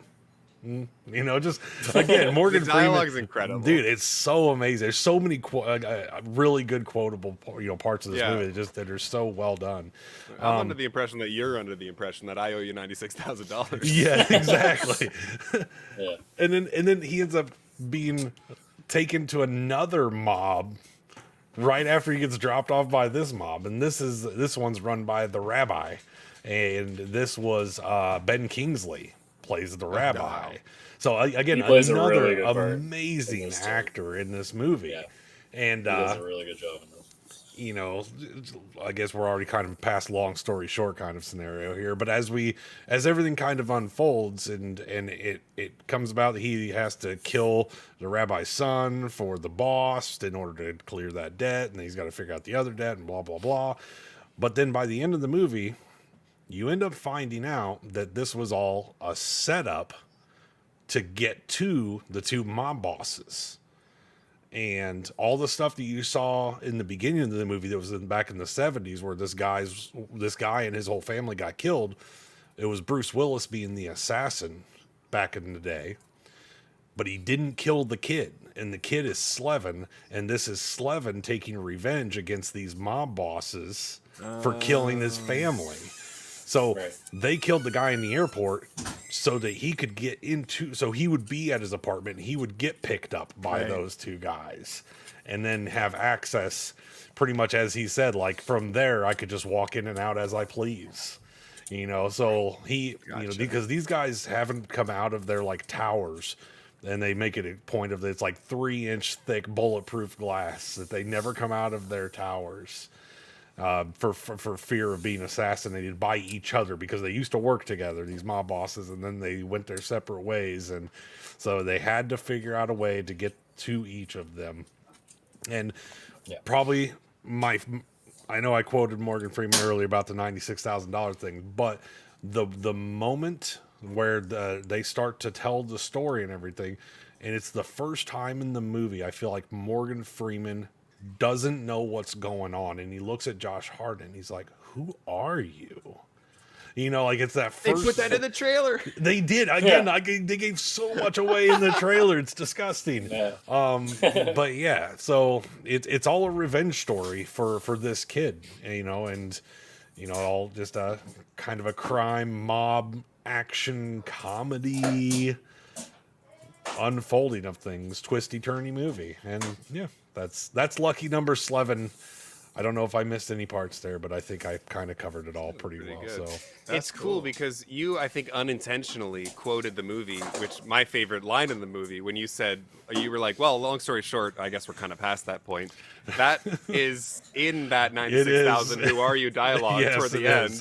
And Yep. it's one of my favorite lines. And the boss is like, long story short, and stuff. It's like, I think we're well past that. Yep. And then the boss is like, I bet you it was that mouth that got you that nose. Like, Oh yes, the broken nose. Yeah. yeah, Oh. such a good line, and you just, I think, love this movie so much that you just, you know, Freudian slip Put that it out in of there. yourself. Yep. Yeah. It wasn't even intentional. 100% was I not know. intentional. But now that you say, I'm like, oh, Crazy. yep. So That's Yeah. crazy. What? Yeah, yes. No, again, it's just one of those movies, and then like you don't know what Bruce Willis's character is through the whole thing until like the last 5 minutes. And this is one of the movies that I think benefits from everything being revealed and wrapped up in the last 5 minutes, as opposed to some of the other stuff we've talked about today, where the climax happens and it's over, and you're kind of disappointed that it happened that quickly. Like this one just kind of wrapped up in a bow at the very end. You know, I didn't know. I feel like it's one of those, if you stretched this one out too long, it would have ruined the effect. It would have got boring, I guess, is what I would say. So, Interesting. it's a solid flick. You should definitely rewatch it, Derek. I was happy I did. Oh my God. Ago. Yeah, it's very cool. to. Like, it's neat. I'm so apologetic that I wasn't able to watch it for this stream. I should have. Fuck. Oh man. I mean, I didn't watch 7. I didn't watch Lucky Number 11 either, but I remember that one pretty well. I haven't seen. I should have rewatched 7 though. I remember watching. I remember liking it the first time, but I remember when I watched it the first time, like, what in the fuck is going on in this movie? Yeah. And then finally at the end, it all comes together. You're like, damn, that was cool. well, and Huey, because the whole time you do think Josh Hartnett is just the wrong guy, wrong place, Wrong at the wrong place time. at the wrong and then time all of a story. sudden, boom! It's like, nope, we planned this whole thing. Well, and that's really, where I was talking about the really Kansas City Shuffle, because they talk about in the beginning of the movie, Kansas City Shuffle is whenever you get somebody looking that way, and then but then you're actually coming at him from this way, and then that's when he kills the guy, because he points over there, the guy looks over there, and next thing you know, like he's out of his wheelchair and he snaps the guy's neck. But that's what it did with you. The whole movie is you're looking at this as a wrong place, wrong time, mistaken identity scenario this guy's gonna have to figure his way out of, and it turns out he's the guy. So no, I love it. You know what's cool? Really You might enjoy it more watching it with knowing this, Derek. Like, Yeah, it's I think fun to I be might. revealed along the way, but now that you know this, you could watch this and appreciate it the first time through, which is really cool. Yes, because this you definitely want to watch it more than once, because that second time through, or once you know all the reveals, and you can watch, kind of like whenever we're talking about 7, the planning of it all, you know. Like you understand how everything that's happened in the movie was all part of a much larger plan that's been in place for a long time. So you appreciate it. Yep. That's really cool. Yeah. Yeah, I got to get on that. Did this come out at the same time Smoking Aces came out? Because I feel like think it I'm was drawing similarities. in my 06. mind. Very similar movies. Yeah. Yeah. Okay. Also a very quotable movie, Smoking Aces, man. I remember Smoking Aces more than I do Slevin, for sure. Shit can the cue card rhetoric. Yeah, Smoking Aces is a good one too. Yeah. I like that movie. Anyway, cool. I got to watch Slevin. There you go. Slevin's good. And another good line. This one's, it's not even a line really, more so as a fact, but I love that it came from this movie because I love Charlie Chaplin. And it's when Bruce Willis just mentions that he's like, Charlie Chaplin once entered a Charlie Chaplin lookalike contest and came in 3rd. Now that's a story. Yep. Yeah, very cool. Which is actually a true story. I know, Yeah, which I can't even really credit the writing so much as I just like that line. Yeah. An answer to your question about this movie and Smoking Aces, same year. Yeah. Oh, Exact same year. Nailed it. There you go. There you go. Yeah. Okay, so I remember they're just bleeding over in my mind. Mike, I guess same question that I've asked everyone. Did you pick this movie based on it's your favorite Morgan Freeman movie or your favorite Morgan Freeman performance? Both. Or both? This was both for me. Okay. This was definitely best movie and performance. And I think the performance wise, I think it's performance and just how well the dialogue was written. And again, another one of those movies I can't see anybody but Morgan Freeman pulling off the charismaticness of how he plays the boss and how he plays off of Slevin throughout the whole thing. And it is one where he's not just Morgan Freeman. He does a little bit of like acting. Right. Not to say he doesn't. Again, I sound like I'm shitting on this guy, but he's a great actor. But this is just different Morgan Freeman, and it's rare that you get that. Yep. Like he has his comedic moments in this movie. I don't know if you remember the first bookie that Slevin wants to clear up his identity with. And he's like, what's it, Slim, I think is the first bookie. He's like, oh, is Slim here? He can tell you I'm not Nick. And they go to like he's got this dude like in the freezer, and he's like knocking on the glass. He's like, hey Slim, you recognize this guy? He's like, I don't think he's not too good at hearing these days. The dude's just dead in the freezer, Yeah. So yeah, That's awesome. I very cool. To your point about it being well written and based on all of your quotes and stuff, it sounds like it's very well written. I did a brief lookup of the writer, and he's done nothing. He's done War Dogs. War Dogs? Yeah. That's no one it. saw that movie. Nobody. And then just a random assortment of maybe some TV episodes of something here and there, but like he's done not much. I just remember the writing being very reminiscent of a David Mamet movie or play or something, right? It's very Fast, rapid fire, back and forth dialogue, just almost repeating each other to get to the point. It's just cool. Yep. It's an intricate story too, like intricate, like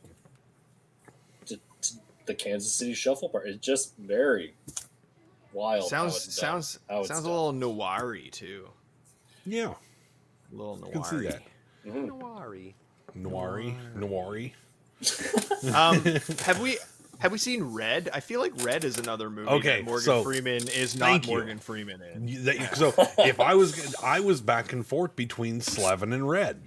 Oh wow. Okay. Those were my two, and I went with Slevin, but Red is another one. So thank you for bringing it up. But yes, all right. It is definitely, and he's definitely a more comedic role in that one too. Yeah, Red's more of leans pretty hard into the action comedy genre. So, but yeah, I can't talk much. I haven't seen Red in a long time, so I can't talk too much on it. But I do. That was another one that I love. That'd be your honorable mention, Mike. I'll give that my honorable mention. Red. That's yours? Yeah. Again, to get into details, I'd have to rewatch it because it has been quite a while. But definitely, I remember being one of my favorites. Cool. Nice. Should we segue into honorable mentions then? I think we probably should. I don't know that there's much more to say about Slevin, so it's again another one that will kind of flew under the radar there. And I feel like we're probably going to have a little bit to say about our honorable mentions here. So we got some good ones. They're up there. They weren't far behind on second places, I don't think. Yeah, I do not have trailers for the honorable mentions, so I figure we would just talk about them. That's fine. So which one do we want to go with first? Old Brody's Strudel's got it in his hand there. So do it. Let's go. Let's go. Fire it off. He's ready. All right, my honorable mention. Couldn't do his show without it. That's right. Like I said, Seven is my favorite movie of Morgan Freeman's. This movie, close second to favorite movie of Morgan Freeman's, but I do believe is his best performance I've ever seen. And it is The Shawshank Redemption. Nice. Absolutely. It's up there as... Is it still number one on IMDb of the movie of all time? I was just going to say, it is. It's up there for a reason. Like it's one where I definitely do not argue when I see that at the top of people's lists. It is a beautiful movie, and specifically Morgan Freeman's performance in that movie is absolutely incredible, and he steals every scene he's in. I just want to be his friend and sit down and listen to him tell me about all of life. All of it, yes. Yeah, it's just all of life. Look, like chat knows, like they're saying best movie of all time right there. Yeah. And the fact that he was given a happy ending is so nice. He got to go out to the tree and find Andy's Neat little box scene. of Neat yeah, scene. man. Everything like, is quiet. Yeah. Like, yeah, it's And just then where really did they cool. meet up? Oh, that's my test for you. where did they meet up? What country? Oh. Or yeah, what is it? You You can do it. No, I can't. This is No, I don't drilled into remember. me because I of remember. Last Man so on you Earth. know it. Oh, okay. Last Man on Earth's like one of my favorite shows. I'm not gonna remember it. You're gonna be so upset. Is it Mexico? Well, it's Huey. You want to say it? You probably Ziwat pronounce it. Neho. Ziwat the nail. Oh, Zihuatanejo. Easy to forget in your defense. Yeah. I knew it's like they describe it as like by the water, right? Yeah. Is it? Yeah. I knew it was like beach. Because the credits water. roll as they're walking toward each other on the beach or whatever. He's Yeah, working yeah, on his yeah. boat, right? Yeah. Yes, Yep, yes. It is a fantastic Wonderful movie. And honestly, it's so close to being #1 Morgan Freeman movie specifically. I'm seeing Robin Hood, Prince of Thieves. I Okay. forgot he was about Azeem. that. It's an incredible performance by man. Morgan Freeman, but that movie's okay. The movie itself is okay, but the performance is very good. His performance was good, yeah. And we all apparently forgot about it, though. Yes, I forgot that it existed, to be honest. It definitely came up on my radar when I was trying to pick movies. Okay. Because that was one of those. For sure. That was one of the movies we watched a little too young, I think, bro. Probably. Because we have an older sister. She went through all her '80s movies, and we kind of just watched them while she watched them. And there was some scary shit in that movie, like with the witch and stuff. Oh, yeah. Nice. Anyway, I digress. Shawshank Redemption, best Morgan Freeman movie. Although, like montages, I'm not a huge fan of narration over movies unless it's like Morgan properly story. No, unless it's Morgan Freeman. Has No, to be unless Morgan. unless it's like story motivated. And I feel like in this movie, it's not. I feel like there's just a narration just to have narration, just to like keep us in the loop. And I don't like that and I think that's the only thing that kept it from like that #1 spot for me. That separated 7 in this movie. But otherwise, fantastic movie. I'm a huge Stephen King fan. Everything on my 2 bottom shelves there behind me is a Stephen King book. Like I love Stephen King. Okay, so I'm glad you said that because I was gonna bring up because like Stephen King's got a reputation for not having the best movies and shows. Yeah.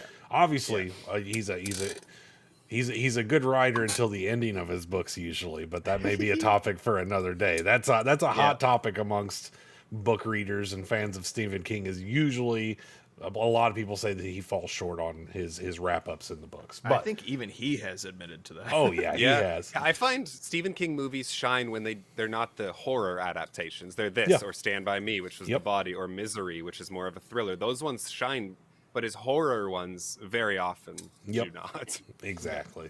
Yep. But I was gonna say it's ironic that like Stephen King is not somebody who you would think of whenever you think like best films of all time until you realize like Shawshank, and then you're like, hey, that's a Stephen King story, and you're like, no shit. All right then.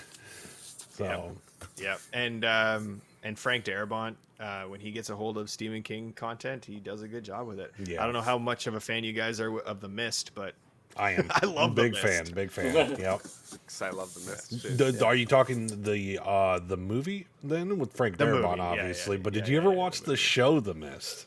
I watched the first. Did they only have 1 season, or did they have a Yeah. couple? No, they can't. Was it a couple? I think I watched the first maybe 4 episodes. Then I think I made it 2 in and was kind of checked out, but Yeah. no, I like the old start it. schlocky sci-fi The Mist.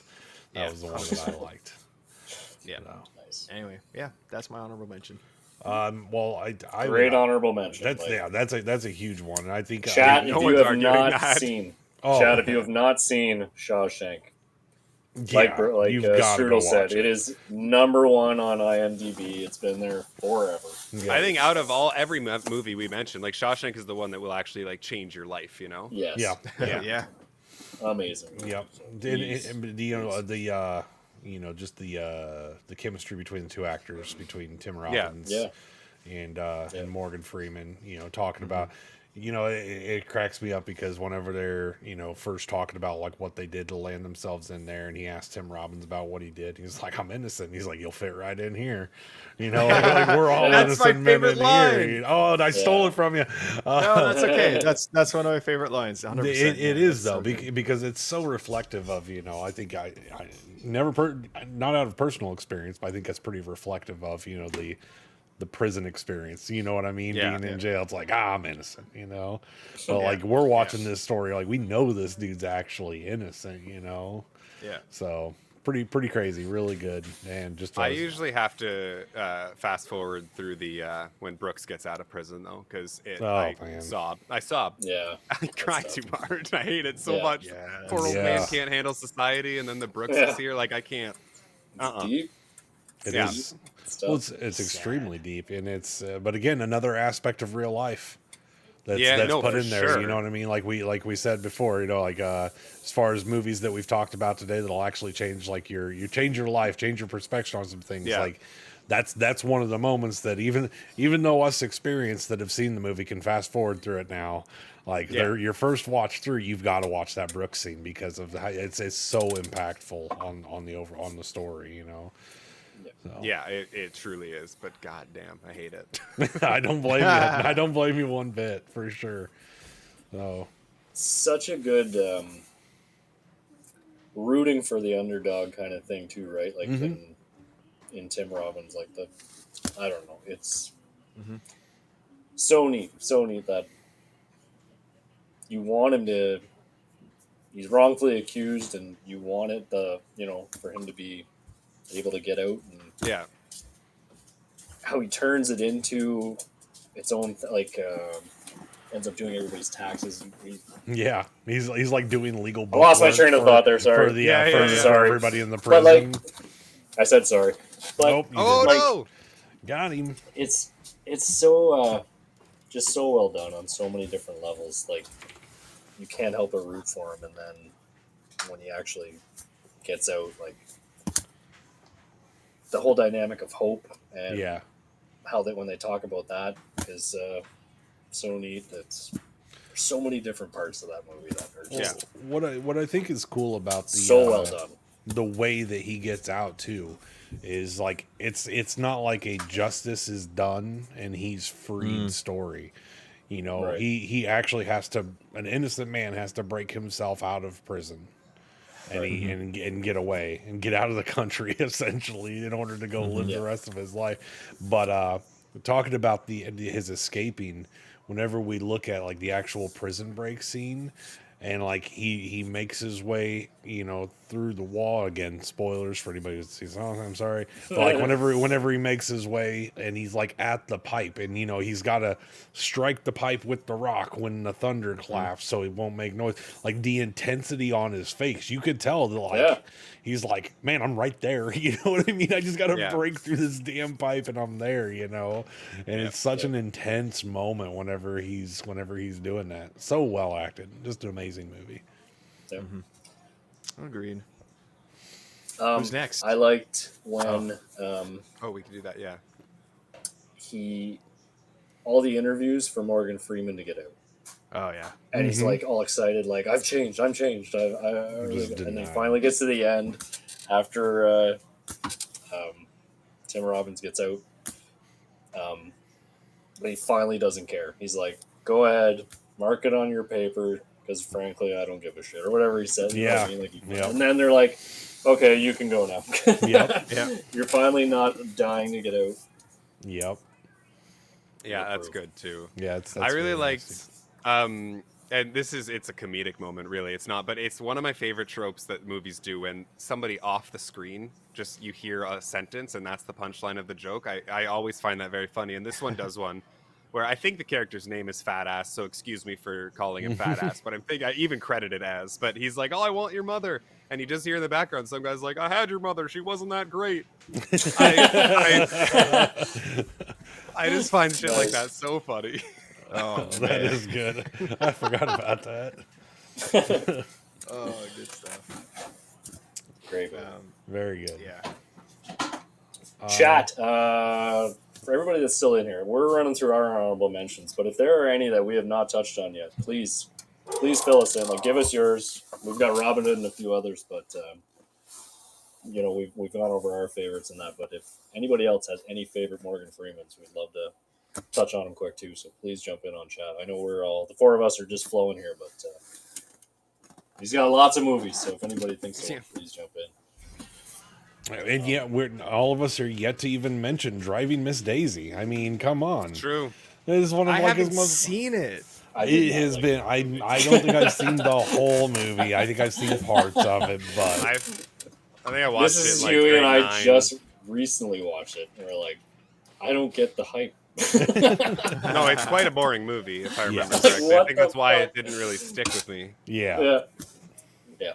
Yeah, I think I might just not watch that. Don't. Yeah, probably not. Don't. Even You've though heard it's about it probably- for your entire life, and it will not live up to anything that you expect. No. Just watch the bucket list instead, because that one Watch does Slevin. live up. Oh, there you go. Watch Slevin.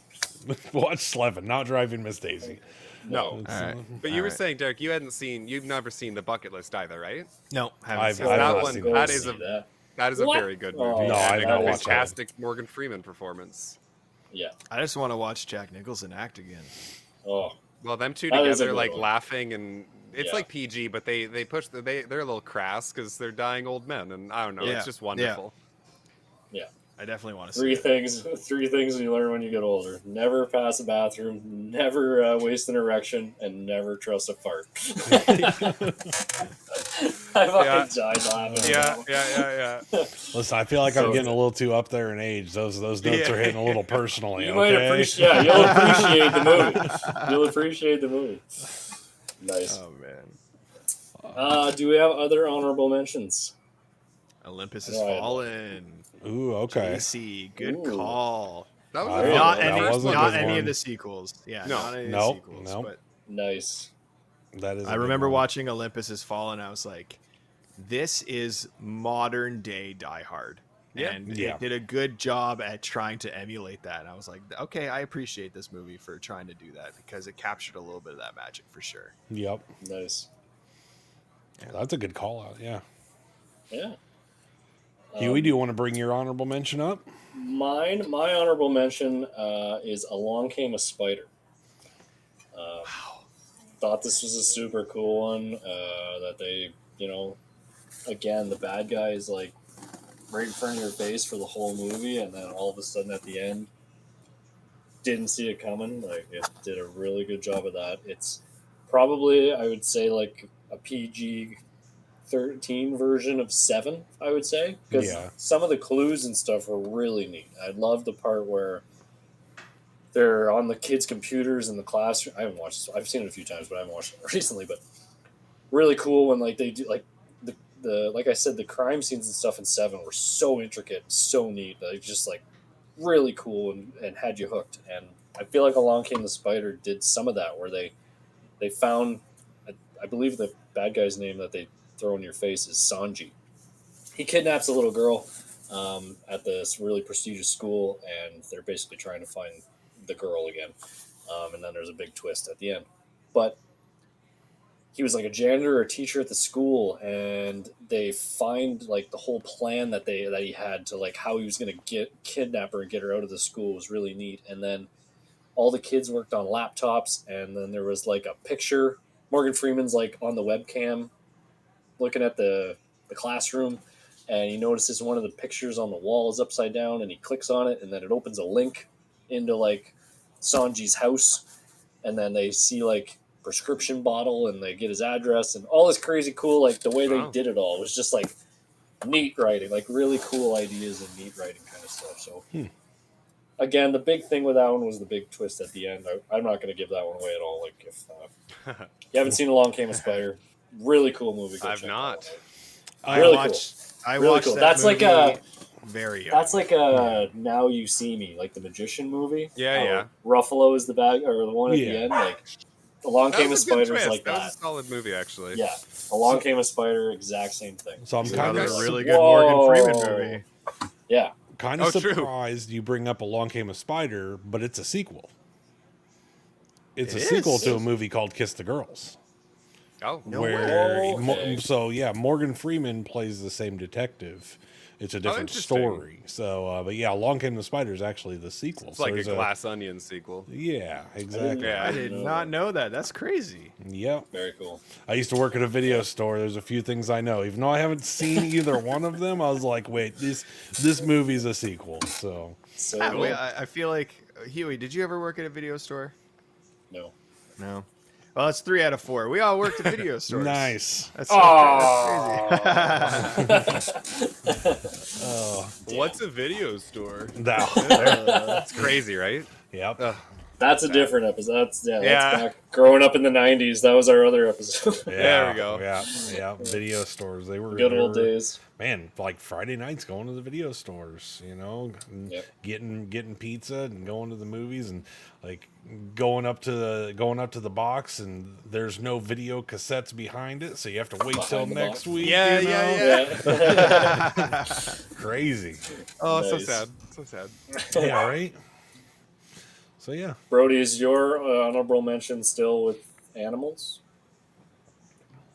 If you have the thumbnail to pop it up, you can do I that don't if know you if he want. does. I was joking about March of the Penguins. I mean, it's just I Morgan Freeman laughed talking for when you 90 said minutes. that. I forgot about that. I do not have the thumbnail. I think to pop no, up. because I No, didn't know I'm- we were I'm going to real bring fan. honorable mentions. I think if I had to pick one, it would be bucket list, though.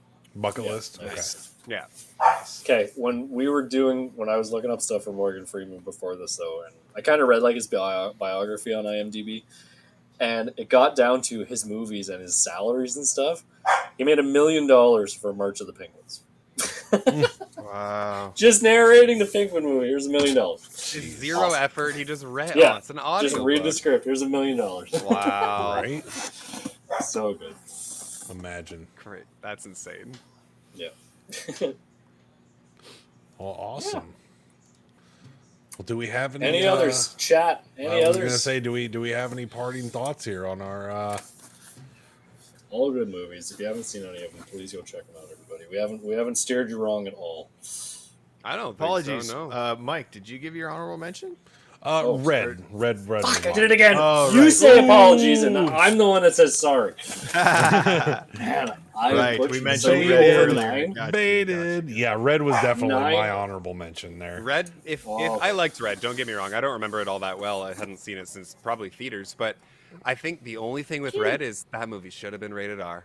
Oh, That's I all it agree. needed. Oh yeah. If that movie was 100%. rated R, it might be. Oh, it would have been amazing. Yep, And it was really good, but it had the potential to be amazing. it really Agreed. did. Doesn't the bad guy die with a rocket launcher at the end? I'm Is that pretty that sure he movie? does. Yes. Yeah. Yeah, like straight to the chest. And isn't John Malkovich? Is Yep. it Bruce Yes. Willis, John Malkovich, and who is the actress? Helen Mirren. Helen Helen Mirren, Mirren, yeah. yes. And Morgan Freeman playing like the older assassins.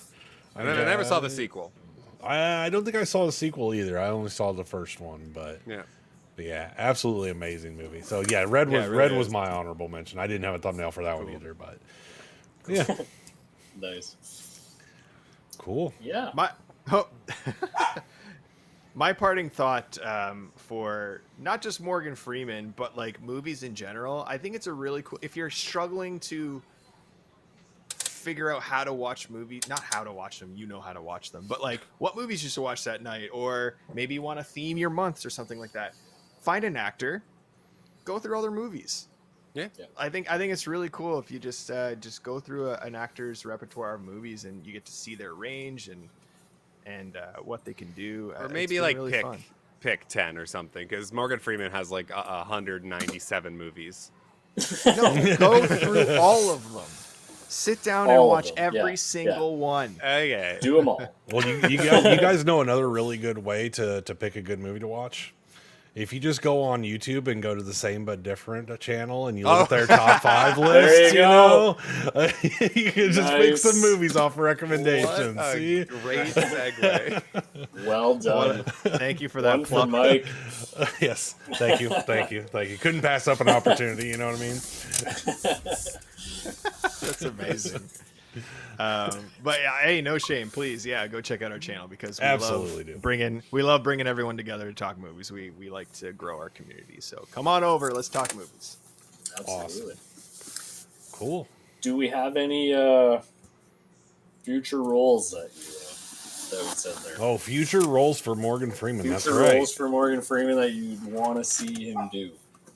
Oh, I'm sticking with Taken and The Equalizer. That was what I was gonna say. I thought that. Yeah. I think he's getting up there now. He's 86. Something I don't like know how that. much action and fighting he's gonna do, but Yep. maybe back in the day it would have been neat to Yeah. see an actiony kind of thing.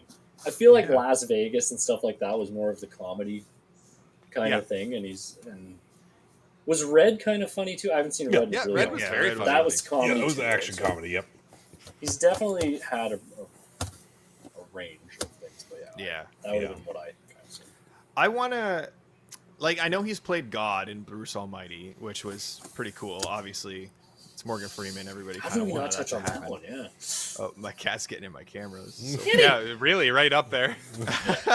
but I'd really like to see Morgan Freeman in a role, like an omniscient role that's not comedy, like some sort of like, you know how in Loki we got Kang, who's the man at the end of time, or the man who was, or he who remains. Like, I want to see Morgan Freeman as this being who's been around forever and always since the beginning of time. Maybe he is time. I don't know, Father Time, but like not in a comedic way. I want to see him in like a very like serious, dramatic role as that kind of character. Okay. Yeah. That's cool. Yep. I think if they ever remake Lord of the Rings, he should be Gandalf.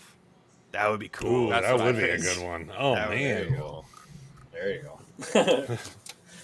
Mike? I don't have a specific pick, but I just want to. I just like the things like we've talked about where he's not the typical Morgan Freeman. I just like seeing him outside of that stereotyped narrative type roles.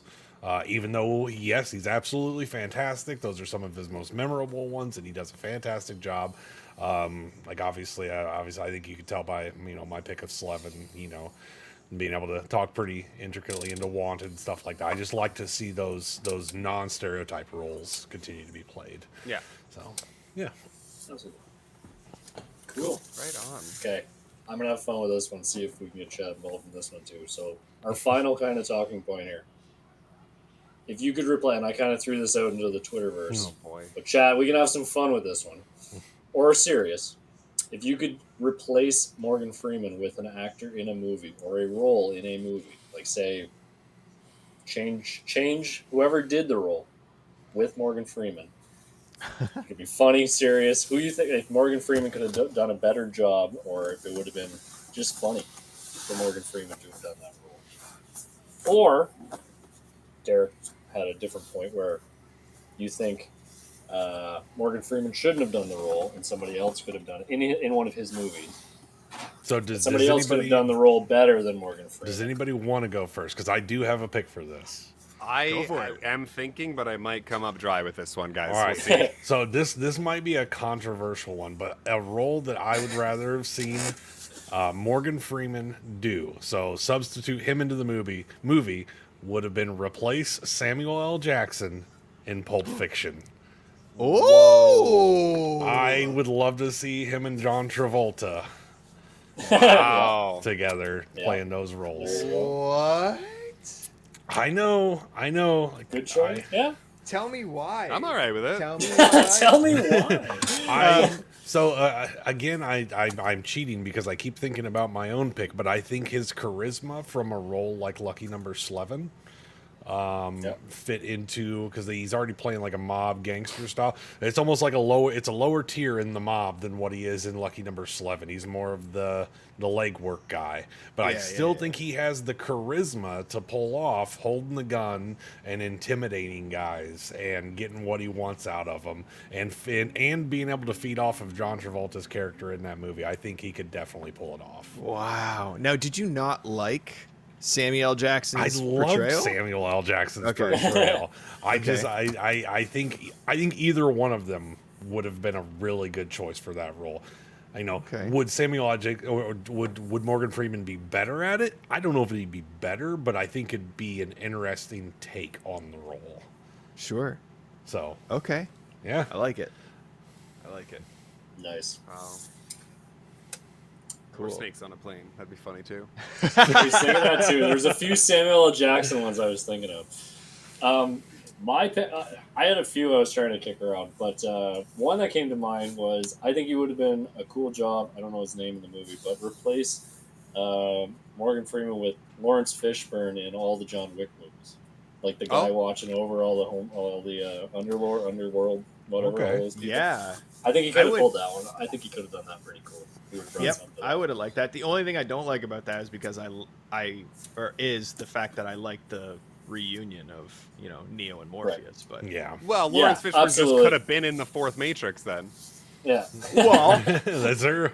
The reunion was cool. But yeah, that one came to my mind. The most ridiculous thing I could think of was having him replace DiCaprio in Titanic, but then I think we'd have to replace Kate Winslet. See, all I can think of are like jokes. I can't. Yeah, that would be hilarious. One. Yeah, or like replaces like young Simba in The Lion King or something. Right. Brody, I think I don't want to steal yours if you were going to think of this, but what you mentioned earlier, just like casting him as Gandalf or some sort of wizard throughout any movie. Like I would have loved to see Morgan Freeman as some like magical being, Gargamel in the Smurfs live action. No. See, my issue with this question is I would love to see him as Gandalf. I don't think he should replace Ian McKellen though. No. Yeah. I think I would love to see him do it, but I don't want him to do it instead of. So this question is more limited because there are things I could see him very good in, but not better. Maybe like, replace James Earl Jones as Darth Vader. He's got the voice. I don't know. That's a big one. Wow. No way. I mean, this is blasphemy on a movie. Like I said, this comes up all the time. I'm not a very big Star Wars fan, so I have no attachment to James Earl Jones. Yay! No, imagine Morgan Freeman saying, "No, I am your father." And I'd be like, "Aw, yay, you're my dad." Luke's just super happy about it. He's just like, Dad. They just go on to rule the galaxy together. Man, that'd be so funny. No, whatever. Nice. I guess some wizards. We'll go with Gandalf, but I don't want him to take Ian McKellen's job. That's fair. Yeah. That's fair. I wonder then. I'd love to see him play like a serial killer in a movie. That'd be kind of cool. As the bad guy, yeah. Yeah, it would be nice. I mean, he plays mob boss or bad guy like in Oblivion. He plays like Antwer in Wanted. He plays the bad guy, but like as a meticulous, like carefully crafted, like sick sadistic serial killer. Like that would be kind of cool. Like Kevin Spacey in Seven. Yeah, like switch those roles up. Why not? Oh, That'd be kind of cool. Yeah. You could see him as a bad guy. Cool. Yeah. You can see him as anything. He's just a well-rounded. He's just a talented guy. He really is. Yeah. He's had a very long span career, and I just I don't know. I don't think there's any roles that are really above or below him. Like I think he could just pull it off. You hand it to him, he could pull it off. True. I never thought of this. Is there any come to mind that were bad? Anybody have like a bad Morgan Freeman movie? Oblivion. That they didn't like? I never even thought to ask that. Oblivion was pretty Oblivion's bad. pretty. I didn't like Oblivion either. It's weird because it has a 7 on IMDb. It's not terrible. I don't think it's that bad. I think it was a little convoluted. But a bad Morgan Freeman movie. I never thought to even bring that up. Yeah. I'd have to look at a list. Yeah. I mean, Dreamcatcher's pretty bad. Okay. Like, let's be real. But Dreamcatcher's so. I like Dreamcatcher the same way I like, The Mist or Wanted. Like, they're just fun movies to watch. I guess. What about Evan Almighty then? Sure. Is he in that? Fuck that. Yeah, he's in that. It's his honest sequel. He's That's gotta pretty go. bad. So Yeah, that's true. Wasn't Victus any good? I know it's like an Oscar-worthy. I think it's what he won the Oscar for. So hard to say. What a shit movie. His performance was. I forgot he was in deserves it for the Unleashed. performance. He was in Unleashed too. Oh, Unleashed. Man, I the forgot Jet about Li that. movie. Yeah. And I guess you could go London and Angel Has Fallen as well, even though Olympus True. was Yeah. great. Transcendence. So yeah, there's a couple out there. Anybody remember Any Transcendence? movie where with Johnny he's the president. What was that one where he's like standing in a Hawaiian shirt on the beach? It's like a comedy. Oh man, Just getting started. Ooh, that might be it. That was pretty bad, right? that was a pretty good. Hold on, I've never heard of it, so I'm gonna say probably. I don't remember that one. Yeah, I'm like That is- looking at a list of movies right now. So That is not the one I was thinking. he's No. definitely Last in, Resort, like, a maybe? Is button-up that shirt. ringing a bell? The Big Short. Oh, maybe. Oh, that was good though, wasn't it? Was that what you're talking? I don't know. about? I'm clicking them all now. No. Ah, son of a gun. Las Vegas. Deep Impact. Deep Impact. Deep I like Impact. that I like movie. Deep Oh, Impact, do you yeah. really? Oh, It's Brody, like- The Big Bounce. The Big Bounce. That was it. Yeah, that's why you said The Big Short. The Big Bounce. Yeah. Okay. I thought Deep Impact was pretty cool. Okay. Yeah, The Big Bounce. Owen Wilson. Oh, what a shit movie. What was the other big asteroid movie? What was the other big asteroid movie that came out around time of Deep Impact? I don't remember. Son of all Armageddon? fears. Armageddon. Probably, right? Armageddon, probably. So I think that Some kind of our feels- overshadowed. Some of All Fears is a good show, but that wasn't wasn't like an an asteroid? asteroid thing. No, that was just like No, a that was a military- that's nuclear military war movie. one, right? Yeah, Yeah. nuclear threat, I should say. Crazy Dolphin stuff. Tale 2, guys. I think I found it. Oh. Oh. Is that your honorable mention? How did we miss that in the honorable mentions? Come Yeah. on. Oh, Wow. man. Nice. Wow. How did he agree to do that? Yikes. I love, oh man, seeing these fucking movie posters. Kiss the Girls and Along Came Spider. Again, remember what I said? Same fucking thing. Yep. He's He's over in here, space. Yep. white person Yeah. over here. It's Yep. so weird, man. Yeah. It's So- funny. so- It's some funny of All that they do, Fears. like, all. Whoa. So yeah, they're all the same. They're all the Wait, same. is Hi- 7. Is High Crimes a sequel to Along Came a Spider? Is that the third one in the series? Is it? Because it's I Ashley actually- Judd. Yeah. It's Gotta Ashley be Judd and that. Morgan Freeman again. There's a Is his name trilogy that we Charles didn't know Grimes? I don't know. Chain Reaction, same fucking movie poster. Oh my god. about. That's funny. Oh, I need to know if this is a sequel. Trilogy? Do we have a trilogy here? I think we do. The Unknown, Kiss the Girls, Along Came a Spider, and High Crimes. Wow. I'm trying to find. His name is Charlie Grimes. Yep. Yeah. Then His yeah. name it's is a Charlie trilogy. Grimes. Wow. Claire Okay, well, I Cubic. like the second one. I don't remember the other two. Interesting. I need to Like watch Back that to the trilogy. Future. There you go. I need to watch that trilogy. That's sick. Nice. Nice. Wild stuff. Wild. Awesome.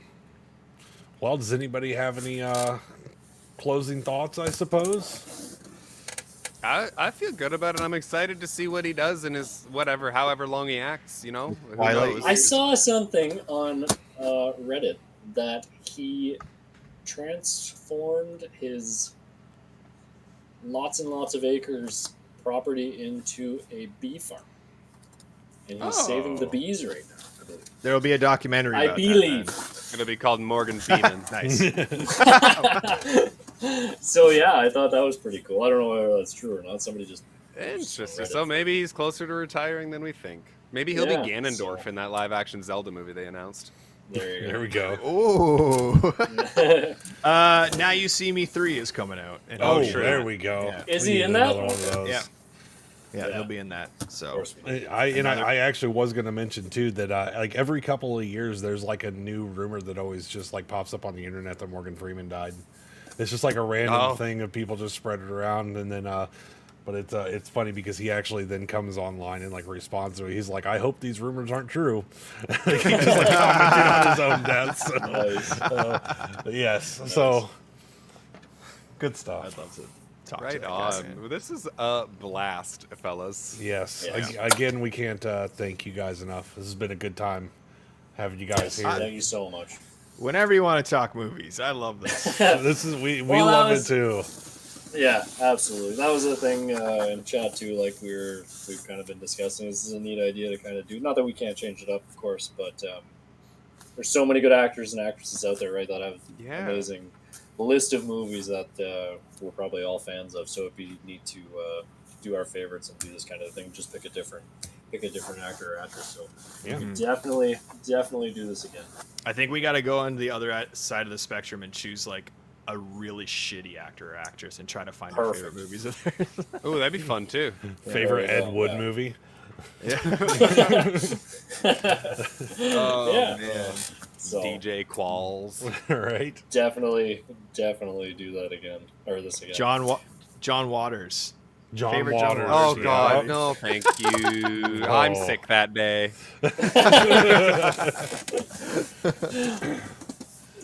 I thought I was gonna say this when we first started and I forgot, but having being in such a, it's not so much now, but after COVID and stuff, being in a digital world, this is having like the video chats and that kind of stuff just seems so normal now, and that. But I hadn't really, like, when Mike and I do this and we're just talking to each other, that's it. But having 4 of us on the screen and thinking of it like a show thing, I totally felt like like the Brady Bunch. Like I wanted to like look down. Or like look down and talk to Brody. Because you don't think of it like a show when you do like video chats with people, right? You're just talking to your camera and that kind of thing. But to look at it, as a show, I'm like, hey Brody, what's up? Yeah, right. It'd be fun to coordinate. Yeah, Right. yeah, for sure. Awesome. Cool. Great. All right. But yeah, we will.